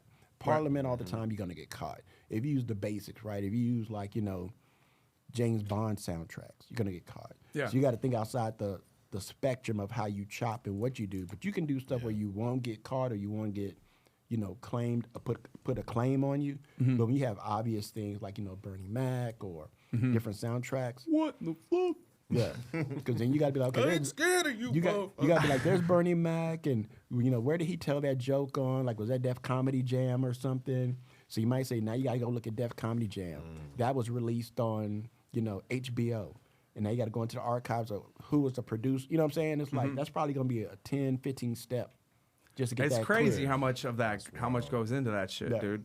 Just for like one little. So instead of having that, you can phrase. have somebody else with a gruffly voice say the same thing. Yeah. You don't have that problem now. Yeah. No, true. People will say, "Oh, that reminds me of," but it's not that actual usage. Something similar, but not exactly the Like same. an interpolation of it. is what they call it. Where you convey the message without having to actually do the thing, take that thing. Yeah. So I'm very conscious of that when I'm making music or I'm listening to demos or I'm vibing on stuff, because I know the next step I want to do with music. Like when I release an album, I've already released it to Sync World maybe 3 months prior. So it's been out there. So while I'm making the album, I'm like, okay, make sure I don't add too much of this where it can't be syncable. Because you still want to make stuff that people want to vibe to and they love it, but it needs to have legs on it too. Yeah. Like what do I want to do after I'm done promoting it as a record? Now let's take it to film. Because every song, you know, can literally have, you know, 10, 15 revenue streams off of it if done right. Right. So you got to go into, Applications. you got to go in there thinking like, you know, and really just use your best. You know, sampling can also make you lazy too, Yeah. because you can just find a quick little groove and just make that your main groove. But if you start with it and then build drums around it, extra sounds around it, and make it something completely different, then now you're onto something else. And that's kind of like where AI, if we get in that discussion, that's kind of like where AI is kind of doing things for creatives, making producers more lazy, because now you can type a prompt and get the beat, or you can drag and drop something or whatever, and you don't really have to dig no more for beats. You don't have to try to be Well, I try to saw be like creative. Skrillex was talking about that. I think it was Skrillex. Yeah. And like, I don't need people, you know, like AI can just be the singer that he needs. He doesn't have to pay somebody. It's like, yeah, true. And you know, you can't do it in one realm, like where, oh, I'm, you know, using AI and it's at the expense of somebody's job. But then when that lands on you, you're like, well, what the fuck? But at the same time, AI is AI. Yeah, Humans are humans. And the thing is, AI's been around forever. I think maybe me and Trey talked about it. When AI's been around forever, it's just been called different things, right? So we can go back to say GarageBand, right? That's basically AI because you're dragging and dropping drum loops, guitar sounds, But the difference is you're using GarageBand as your template of what you're going to build upon to make something out of it. A lot of people are using it now as the totality of their track. Yeah. And that's where the problem comes in, because then you have producers who are really want to make something new, but scared it's going to take them too long to make that, as opposed to somebody who can drop 10 AI tracks in a day. So you have that fear of being lost to the sauce because you're trying to be too authentic, too creative, that you falling behind. So you have all these thoughts as an artist, because I think those thoughts. As an artist, like, what'd be best for me to do? Yeah. Like, I feel like I'm creative enough that I don't need it. I feel AI would slow me down. Like, if I was to say, let's have a battle right now between AI, and I would say, get your phone. Type in your phone and say, give me a freestyle, like, Talib Kweli with a boom, boom, boom, boom, boom, right? While you're typing, I'm already freestyling. Which is better, AI or me? True. Yeah. I mean, Because I'm already on it. I'm literally producing that right now while you have to type. And then you'll have to listen to your prompt and see if it did it right. Yeah. Well, You know and what it's I mean? also So, like, I think there's a whole segment of like now where it's becoming a thing that people will be like, no, there was no AI used in this. Like where people Oh, it's already want, saying that. want to know that there wasn't any AI involved in this. Like it's like, so you could, as a selling point to be an original artist and not use AI. That's why I say be that's like, no AI, guys. Yeah, that's why I say that's the way the sync world is, right? Like I was saying, like if you like, they can take a track that you used AI from and put it to somebody, but you can't ask for the same top value dollar for the purchase of that placement as you could if you did yourself all original. Yeah. Like if I got a track from Trey and it was all AI except for him rapping, they might give me 10,000. They might say, okay, we'll give you this. But if I say he produced it, he did this, he did that, it's all human, then it goes up to 50,000. Then it goes up to, because they know that they're getting something that nobody else can get. Because how many people will sit around and say, make me a beat like Kendrick Lamar? Millions. So what are the odds of all those matching in some shape or form? You know what I'm saying? Like their drums are going to be similar. This is going to be similar. All that's going to be similar. But if I sit in my bedroom and I'm making a beat. Isn't that trackable through metadata? Yeah. All that. The thing is, it's called provenance. And that's the problem now with AI, is that AI is getting over because you can't find the provenance of who made that original kick. Who made that original snare? Who made that original loop, right? So everything is just randomly out there. And that's how they're making money, but the artists aren't making any money because usually when a lawsuit comes down, it's on the artist. Yeah. A lot of contracts, terms and conditions have all those things within it. Like when you read stories of somebody took my music off YouTube and they put it in AI and blah, blah, blah. I'm sure YouTube has a term within there that they can use your music for third parties. They can alter it. They can do this. They can do that. You just didn't read that far down. Well, like in Spotify now. as well. Spotify fucks artists up. I mean, but Spotify always did. Like when Spotify came out, they weren't hiding it. They were like, we're going to pay you this much less of a penny, and you fell for it. Like they wasn't hiding that. That wasn't like 3,000. Yeah, they didn't sneak that in there. We knew that from the jump. Yeah. And what they sold you more than anything else was the ease of getting your music globally. Just sell your soul to get your content on our platform. Yeah, we'll put your music everywhere else that you can't go because you're a broke musician. So you can't go to this country, we'll put it there for you. Yeah. But we won't tell you that you'll never make any money from that. Right. So that's why everybody, like, you know, when they do the end of the year Spotify playlist or whatever it is, when they send you all the places, that's vanity marketing. That's making you forget how they fucked you all year. Yeah. That's to make you be like, damn, I'm in Germany now. I'm in. Yeah. Oh, damn, it's on. Let me post that on Facebook, which they own as well. Let me post that on Instagram, which Facebook owns. Let me post, you know what I'm saying? Let me post all that, which means nothing. It means that's not helping you pay rent, groceries, kids. That's not helping you do nothing except look kind of cool, maybe if it says 1 million, 10 million, something up like that. But nobody's posting it. They're like, I got 500 new listeners and so-and-so.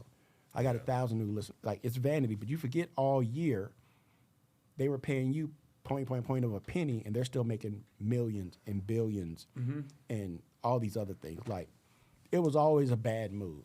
Like, once consumers stopped buying physical product, that hurt the artist more than anything else that's come after. Yeah. It feels like 100%. right now we're almost in like Napster 2.0 territory, except 100%. legal Napster. 100%. Well, people don't own physical media anymore, and it's crazy because like they could just turn your music off at any moment, you know. Whereas like you had a physical CD, you could no matter what, I can put the CD in the CD player and listen to it. Because think about it. Scratches by another. Yeah, in its basic form, if you were to buy one of my albums right now on a CD, you own that. Yeah. Spotify, you're leasing. Yeah. Biggest thing. So when Spotify cuts off, which it will, all your libraries, everything you have on there, gone. But you can still play my CD. Yep. You can still experience that moment when you first heard our music. So it's like I'm a big proponent of bringing back physicals. Plus with physicals, vinyls too. If you're selling your own music, right? Like Spotify pays you 0.00 a penny, whatever. You got to make X amount of streams to make $10 even, right? If you put out your own albums and you sell them for $10 a piece, the aggregator or whoever is going to be hosting your sale might get $2 out of that. You make back $8. Now you yourself have a Duran Michael Jackson deal compared to everybody who's getting 0.00 of a penny. Yeah. You're already making more. And if you out there in the streets and you really got a buzz and you really got all these people supporting you and all that, say you take that $8 you made and now you sell 1,000 CDs. You're making way more than somebody who would need to sell probably 10 times that to make the same amount of money. Yeah. The game is rigged. It's mental warfare on artists. And artists have never been taught how to be prepared for when those new changes happen. We accept those changes as they present it as beneficial for you. Like, when your parents give you a spanking, this is gonna hurt me more than it hurts you. Right. I'm doing this for you. And artists are like, oh, I can focus more on playing my guitar now. Yeah. I can focus more on writing Well, these it's songs like as an now. artist, you have to And I like get that, almost too. you almost have to understand like what you just said. It's true. Like you're the people like consuming your music. They're not buying your music anymore. They're renting it. 100%. It's like so when people are renting your music, it's a different game than when they were buying your music. Yeah. Yeah. Yep. Changes it up. Yeah, and they just rent a part of it, right? Like when you sell an album, they're getting the whole experience because some songs are meant to fade into the next song. Yeah. It's That's meant another to be thing, there. that the It's a experience story. of the album, of Yeah. listening to so the album. now when you go to Spotify or whatever, you just get like one song. How is that reacting to the next song? Yeah. You'll never know because now you're flooded by a million other things on your timeline that now you put together a playlist of things that don't even sound like they go together. Right. It's one crazy song after a next crazy song. Yeah. Where you used to make R&B mixtapes or whatever, and all those made sense to each other. Yeah, you're kind of getting halfway or a quarter of the way into liking a bunch of artists instead of really liking this artist and really liking this artist. You're being told. And you're Because- missing Dark Side of the Moon with Wizard of Oz. Yeah. You're being Because told you have to what have to that like. whole album. Yeah. You've heard that theory? I haven't heard the theory. The Dark Side of the Moon lines up like almost perfectly with the Wizard of Oz. I wouldn't doubt like it. the Oh, album. nice. Like if you play the album in its entirety. Yeah. It like There's actually That's dope. there's I a wouldn't guy doubt on YouTube who synced them both, like both the movie and the album are like you can find it, and I wouldn't doubt it. it lines up pretty darn well. But Like that's- when the movie kicks into color, it's like But that's Perfect. being creative, right? And that would Yeah. never sell on a platform out today. That would never sell on Spotify. That would never like we live in a music space of shorts, 30-second shorts. well, that's on how people Instagram. consume this podcast. It's all in shorts, right? Yeah. Which, This episode, people Yeah. are going to consume it in 30 to yeah, 60 you give them second little, segments. you give them little 30 seconds and hope they go watch the whole thing, right? That's your end goal is the whole thing. But now with shorts, it's how many shorts can we sell? Like how many shorts can let's get a song by Trey, let's make it a short, and let's get a bunch of people to sponsor that ad, drinks, clothes, whatever, and let's just bombard the internet with it. Let's tell people they need to make dances to it. Yeah. That's crazy. Let's tell people they need to like break dance to it or whatever, make it go viral. Yeah. Right? And then add something else to sell with it. Like it's the new 360 deal with less effort. Yeah. Well, I hate Your that audience like is we built in. as artists now too. You're like there will be people that will be successful doing that aren't really doing anything great. Whereas like people that might be doing great things, like they don't put that hat. They're not as adept in They the may not reach put as it many out. people, but the people they reach Right. will be more fulfilled by that experience. But it's like it becomes a part of the conversation, which I hate. And I hate that we're talking about AI every week because it's not that it's like, obviously it makes sense to talk about it, but I hate that that's the world we live in now. And I think because it applies across like and every one, genre and too. one of the things about AI is the framing of it, right? It's like it can be very bad and it can be very good. And I think with artists, it needs to be viewed as more of a collaborative, Like a tool. and not so much me against them. They're stealing my music. They're doing it because, like I say all the time, AI is just a reflection of what we put into it. So if AI is really ugly, the world is really ugly. Like, what are you typing in? What are your prompts? What are you searching? What are you know what I mean? But when you're an artist, like I said, like I had a, I think I might have told you, I think I had a sync with Fortnite, and they wanted to use one of my songs, and the song that I released, I may have released that in like '96, maybe. Damn. And I went to the internet and I stem split it, right? So I made the instrumental and I had the vocal, right? AI. That's a positive usage right there. It created the two masters that I Gave needed. you the ability to. Yeah.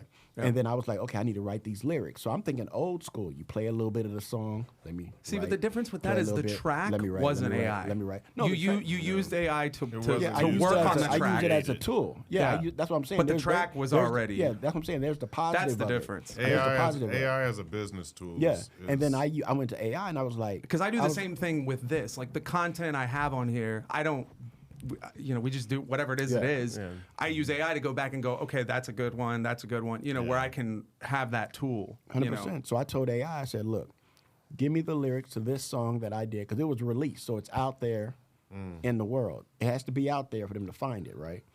I said, give me the lyrics of this beat because I didn't want to listen to it a little bit, write a little bit, listen to it. That would take forever. And it spit me back my lyrics, the bridge, the hook, everything, right? It had it labeled, verse 1, like everything. And I was able to send that in and get that placement. So that's an adequate usage of it that I couldn't have done or took me longer to do Sure. if I had did it by myself. And I think that's what so it should be. So it can be used as a positive tool. I think once creatives and business people and other people looked at it for the quickness of it is when things, as far as, producing, creating, because you could sit down in front of an MPC or whatever your instrument is and strum your guitar, or play your drums, try to make up a feel, or you could say, hey, give me a Phil Collins feel, but with a little bit heaviness of it of Just Blaze. Yeah. And then it'll spit that out, and then you'd be like, why do I even have a drum kit? Yeah. Well, and that's where you're like, Why do I even have- AI's just doing the whole Yeah, process. and that's how most music The is most now. important part, You know, part of the like process. they even said there were maybe like 5 or 6 bands, a country band, a all guy group who were like top artists on Spotify, and then it came out that Spotify itself was creating fake bands to keep real bands from getting on the playlist. They were creating their own playlists and creating their own bands so people would sign up to those playlists, subscriptions or however it works, and take money off of these fake bands they were making. So they would never hear a Traygod. They would never hear a T-Dub, but they would hear these country bands, rock band, pop bands that are make-believe. That they'll create new paths for them to make money. Yeah, yeah. Yeah, which I don't like. That's where I feel like what you're talking about is is a difference. Because I think like for me with this, I leverage AI for things just to like help me put this out. Right. But like in terms of where does the AI come in to the process? Like, is it the whole process? Is it just the part where you're in the like kind of the post almost? Right. Because like to me, what you're talking about, that's a post thing. Yeah. Like I use AI for this as a post thing. But if it's like if it's the whole generative process of the thing that you're putting out, okay, then it's If it's creating your whole idea, then it's. And then the real conflict is like do people end up liking it? And then almost is there an ethical thing to not be clear about this to people. This is not real. Versus, I think so. Because like for someone like me, if I was listening to an AI track and I didn't realize it, and I wouldn't want to support it if I knew what I was listening to. Because at this point in time, like there used to be a time where you could really hear music and have a good judgment of if that's a good player or not. And now it's to the point where it's like everything sounds kind of the same. The track was built using machine learning audio separation technology. Yep. Surviving band members best used rock AI to isolate and performance? clean up a grainy home demo recorded by They John started Lennon. that last year. Like, So this won a Grammy. So okay, it was so it this was is the surviving members see, of the family. But this is kind of like what you did, right? Oh, yeah, I for the feel like Beatles, this yeah. falls into I probably would be okay with it territory That's because like of the fact the estate yeah. went back in and said, "Hey, let's We're gonna let's use do AI to, like- of Dad's song." Yeah. Yeah, Yeah, that's- it's not like that's- you fed AI like Yeah. here's Sergeant Pepper's, give me like an extra track. Yeah, it's Yeah. like it's like they Yeah. it's like they used a really good stem splitter. Yeah. Right, and took out all the noise behind it, all the pops behind it. Yeah. Synced it Cleaned up it and up. made it up into a. Because I think I saw one of their videos they had where they were like showing them kind of like Jedi Ghost, right? Like kind of see through or whatever. I think I had saw that. Yeah. But it's not like they were like, all right, generate it's another the- verse with John Lennon's voice, you know. But I think that's if it's the family though, I mean, I kind of that doesn't make me feel as bad. and as long as they all the cool and family's stuff. already bringing the materials. yeah. Yeah. This is just organizing the materials, right? Yeah. Like they're already bringing it. They're not saying, "Hey, go in and make the drums like whatever and this and this and this and all that." Do you think That- we'll that reach a makes time where an AI wins Grammy? They have an AI 100%. category. 100%. For Next year. Grammys. Let's Next just say year. we already have Next Have year. it. I know that was a big kind of controversy with the previous Best Grammys. AI album. was people like speculating that certain, not even winners, but nominees were AI because they would look at their numbers and then also look at their social media presence. It's Yep. like, how could someone that has this level of popularity and millions of streams on have Spotify 4 likes. not even have an Instagram presence? Yeah. Like that in today's modern world, that just doesn't happen. because now it's like people don't go to record stores no more. You don't go to a physical place no more to pick up your music. You're just bombarded with an email saying, "Here's the new playlist. Here's a new artist." You don't know where that artist is from. You don't know any press about them.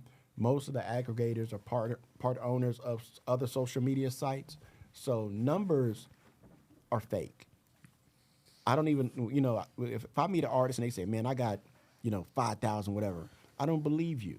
I don't believe you. Show me something physical, Something concrete. Throw a show, do something where I Right. can actually Right. see 1,000 people show up. Right.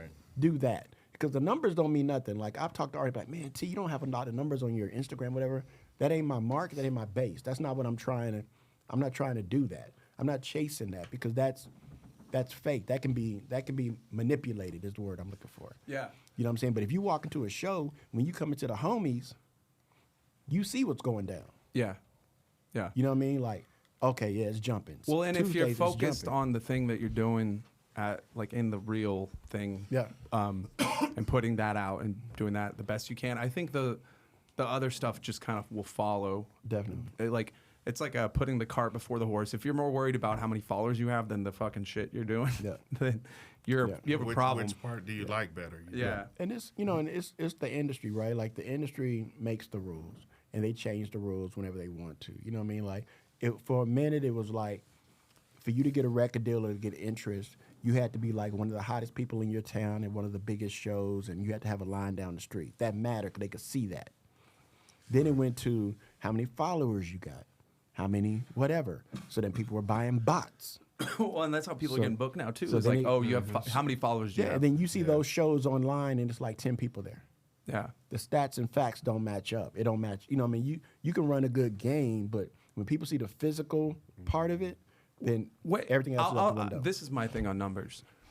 They aren't, in of themselves, they aren't indicative of anything, right? Because you can buy followers, right? Right. So you can inflate yourself to look a certain way. But I also think that you can have a lot of followers, and that can mean also that you have a big, like a large influence. But it's not a guarantee. Right. So like depending on how you It's- got it's those part- numbers, it's- right? It's part of the story. Yeah. You can check the other presences. I imagine the video, Usually, if there's something like that happening, there's going to be some type of trail of press, some kind of word of mouth. But because now it's like a label can make a star. Right. Like I said, we make you a real nice short. We get an influencer. Like we say, yo, this guy named Cody Kai Podcast. Let's hire them to talk about it. Let's get you to make a short. Yo, man, you heard this brand new so-and-so. We got T-Double in the studio. Yeah. You know, it goes viral. They go hire a dancer to Jabberwockies or whoever to dance to it. dance behind it. Now they're dancing. We got another connection within our sync and advertising department. Yeah. Now we have your song in the Pepsi commercial. Yeah. But the song was never good. It would just bombarded your face and your ears all day. You kind of started liking it or had no choice because there was no options. And when you have 4 major record labels, I think right now, they're all invested in Spotify, that you don't have any choice with the music you get. Like when you go to Spotify, whoever the top banner is probably an artist that's signed to Universal or signed to something. When Drake dropped Iceman, they were changing like the Spotify or the Google ball to like the glimmering ice because they're all in partnership. Yeah. But the normal person will that's still crazy. He got the Google bar. So the normal person will think, I actually really like this. Yeah. You're just bombarded with it so much, you haven't heard nothing else. That's why when Drake dropped, what did they do? They took Kendrick off the charts. Because then all you had to buy was who? Drake. Because they knew when Drake dropped, all Kendrick's fans was going to go buy Not Like Us. And it was going to shoot back up the charts. Yeah. We need Drake to be top 1 through 10. So you eliminate the competition because you own the platform. And both artists are signed to Universal. Remember that. Right. Exactly. Dude, So I can Drake, decide think who Drake's does a what. joke, isn't he? So they can be like, I can decide who. Like I think Drake is, for him, he's living his best life as a character of a rapper. Right. Because it's like if somebody puts a diss track out on you and your response is to go to your lawyers, then that's bitch maneuver. And that's not hip hop, dog. Not even that's not hip hop. If he didn't know that, then he really didn't know hip hop. Yeah. Yeah. He really didn't absorb like some of the deeper elements. I think it's more than just music, bro. Yeah, I think Drake is 100% purely a fan of hip hop.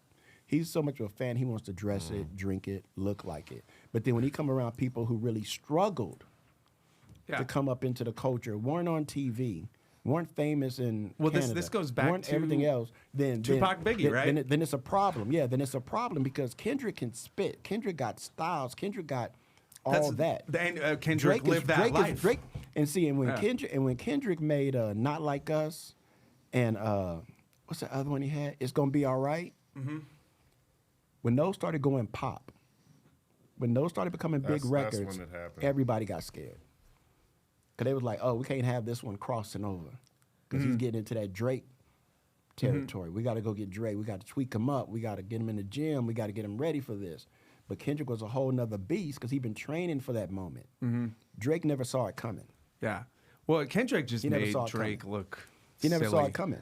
He He never saw did. it coming. The death blow was before Not Like Us. It was the song that came out before. Was Not it a Like diss Us. track?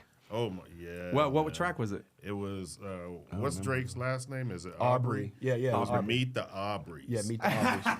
Yeah. Dude, I haven't even heard that track. That was I gotta check that out. That was like was that nasty. was the ear to ear. It was nasty. Damn. By the time Not Like Us came off, he was just kicking the head off. Well, Yeah. Meet the Aubreys was the ear to It's ear. crazy because Not Like Us just It you know, exploded. It was almost kind of. I got it, and it was cool. It was a little bop, but I didn't understand. It caught me off guard how much it exploded. well, But when he performed it at the Super Bowl, yeah. Bro, Rap. and when he goes trying to strike a chord and it's probably A minor, And everybody the said the Super whole Bowl crowd. fucking stadium Come on, son. saying A minor. Dude, Man. And Come then, on. And then you have the owners of Universal being like, yes. Because They they got probably both- they they cooked got up both the whole artists. thing. Yes, let it flow through you. Yes. they own both. Yeah. They own, right? They own both artists, right? Man, Dog. just And that's how, like, never in the history of hip hop have there been two major artists who are beefing on the same label. Never. Yeah. that's Never. That's an interesting place for Universal to be in too. You know, They control all the pieces on that. It's a Like, how do you sue yourself? It's an obviously devilish place to put yourself in. They created that shit. Like they basically did Tupac and Biggie again, but just more obvious. Without the actual murder, without the actual blood. On the surface, that is. Yeah. And the respect for Drake, in my opinion, of any like real hip hop heads is just tanked. Probably, it's like that. How do you? I can't respect you if you can't go get in the studio and respond to this, and you're gonna go, consult some fucking because Drake, like I respect Drake. Like I'm not completely shit on Drake. I respect Drake. He's very good at what he does. Pop songs, dance songs, songs for girls. I get it. It's like hip hop. That's his lane. That's his lane. Not hip hop. That's his hip lane, hop. and he's eating it up. That's his lane. He's eating it up. That's actually his genre, hip hop. Kendrick is just hip hop. Kendrick is more for the artist who likes to listen. Very close. And Kendrick is more for the artist who likes to listen and really absorb what you're saying and really visualize what you're talking about within your words. So they both have different crowds, right? For them to even be like considered an equal battle was never fair from the beginning because they were both so different. It would just their battle was more of an entertaining thing to see in hip hop to make Universal more money. Yeah. Well, it's like it's a one side. It's not really a battle. Yeah. It's more of a one guy. Yeah. It's a popularity contest. Yeah. And then when it got too deep, that's when like Drake gets the lawyer and be like, okay, I'm gonna sue you for, sending those guys after me. They beat me up too much, and I'm gonna sue you and show. Because his lawsuit was like, I'm gonna expose how y'all have bots to like stop my record, do this and this, but you're on the same label as your opponent. Yeah. And so they're using the same thing with your numbers. So against him, chill out, man. It's just like either way you win ultimately. It made no sense. It made no sense on that, and that goes back to. Well, it makes sense if you think about his ego. No, I think the industry as far as hip hop is so small now. Like there used to be at least 20 independent record labels that were always releasing music, right? So you always had a plethora of new stuff to get into. And then once labels started being consolidated, like Def Jam went to Island or Polygram, and then Universal, and all these labels started eating up these smarter labels, that's when you lost the raw, untapped artists. That's when you lost the artist who was really creative and got into that machine of, let's get you some nice photos. How about we have Timberland produce your single? Yeah. How about we get the hottest person to, sing Gwen Stefani to sing on your hook, which you never would have done in your whole life, but they're like, this will push you over the edge. Yeah. But they never circle, when they get artists like that, they never circle back to their underground sound. They never circle back to what made them the shit in the beginning with. They're past that. They're on that. So I think beyond AI, artists need to go back to being completely independent, completely being punk rock, completely tapping into your own base, which you'll make more money. You'll get more authentic, evergreen fans who will love you forever. You'll get all that if you do it that way. Chasing a record deal is so chase excellence. Back in the day, like nobody should be chasing a record deal. Nobody. No, not at this point. Chase your craft. Chase the thing you're doing. You're building. Because, I was gonna say too. As far as exactly. Diss tracks, it's like I think it's between that one and I still Killshot, dude. It's just still Killshot. One of my favorite diss Which tracks. one was Killshot? That's Eminem on MGK. Yeah. Like literally ended his rap career. But did MGK even really had have to give you a career to destroy it? Did MGK even rap a career? Like did he even? No, well this is one of those. Considered that. But this is again, this is one of those. The industry put this out as a thing, and then Eminem comes along and goes, "This is not a thing." Controversy sells and will always sell. Sex sells will always sell, and you can see when the industry is taking a dip, right? Or artists are getting more knowledgeable, let's throw a real nasty female rapper out there. Real nasty. Distract you real quick, right? Because they had Little Kim too, right? And her Cardi. cover, and her cover was like her legs open, all that, but she could rap though. She could spit. Like Biggie and them was writing her raps, so she could spit. Like she had wordplay, she had style, she knew how to articulate those sounds.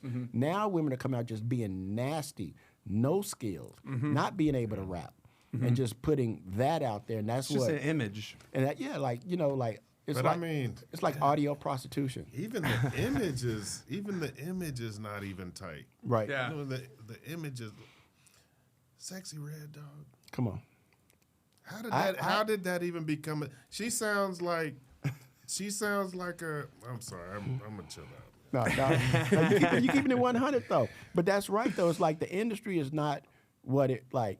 When I got my deal with Good Vibes, when I rapped at that very last party, I was surrounded by top tier rappers that I didn't even want to rap.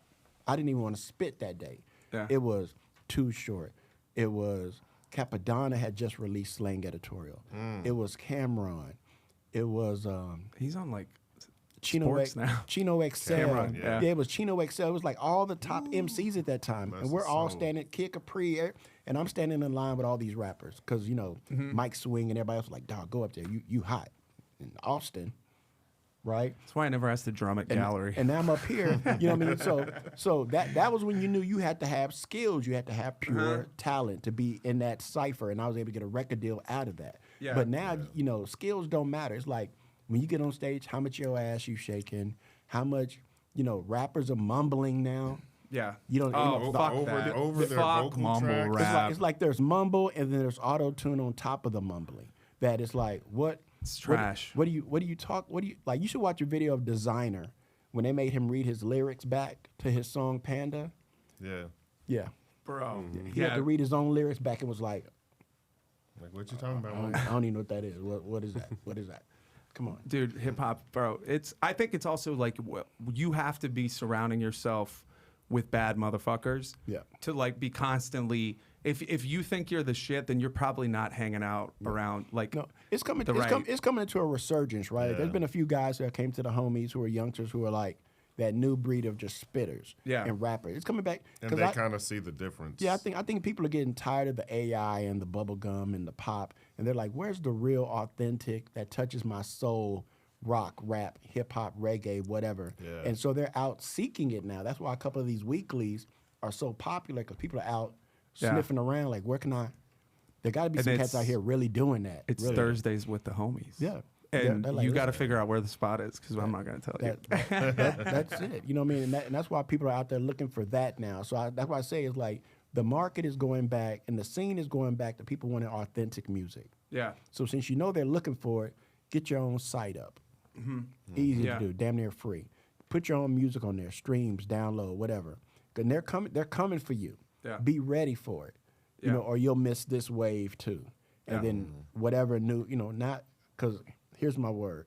In a few years, not only are they gonna have AI, complete AI albums, right? Elvis live at the Moody Center. Right. Right. Yeah. They're gonna get back to doing the hologram tours. They tested it out with Tupac. Oh, at Dirty, it. I believe. They tested them out with those already, like Coachella, whenever that was. They tried that. People thought it was cool. Think about the technology advancement from 5-6 years ago when they did that. Yeah. They can literally have somebody standing on a stage, still a hologram, but look more real now. Yeah. You know what I mean? So it's like, that's going to be the next thing. And once they do that, who's going to want to go see any of us live? Well, I think the motherfuckers keeping it real will still bring it back because the authentic realness that can't be mimicked. I don't like, to me, like I know a hologram is a hologram and I know real shit when I see real shit. And it's like, there's a difference. And I think that I believe that the authentic will win in terms of it may get smushed, but it's like, it's still, there will always be people seeking out the authentic. And I you, feel like. you know, and then you add, where are you going to be able to find that raw, authentic music, right? So then you got to have a conversation with venue owners and property owners and places where you can still put those shows on without going broke before somebody walks in the door, right? Yeah. And You gotta, curate vibes. yeah, and curate shows that make sense, right? Like, think about how many shows you've been into lately or whenever where you're watching the show and the first 5 acts have nothing similar with the headliner.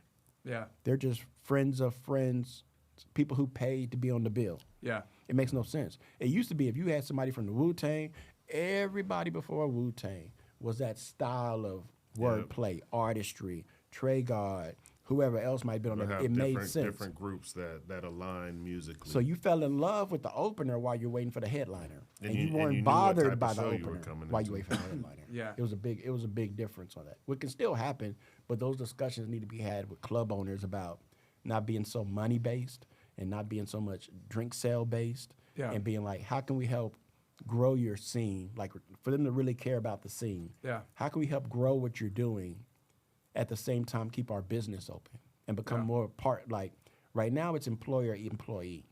Yeah. We need to get back to Well, partnerships. I think if you asked, like, you know, C-Boys on Tuesdays or Thursdays, Hey. you know, they're making some sales and the shit's happening. And He's smart. dude, I think we're pretty much out of time on our studio here, but they can catch y'all. I'm like thankful for you guys, two OG MCs, Austin, and if y'all got any like pipes or whatever for anyone listening to, throw them out there. As far as like stuff you got coming up or anything. You can catch me at Tuesdays. Yeah. At Spot Thursdays. Other It's than on that, you. I freestyle at various spots I sit in with people. Yeah. Yeah. Yes. You can catch me at the two. I'm not in either band Tuesday or Thursday, but I'm a regular. Right. I come out to support because you got to support. You need bodies in the building. So even if you're not rapping, singing, playing an instrument, come support what's going on.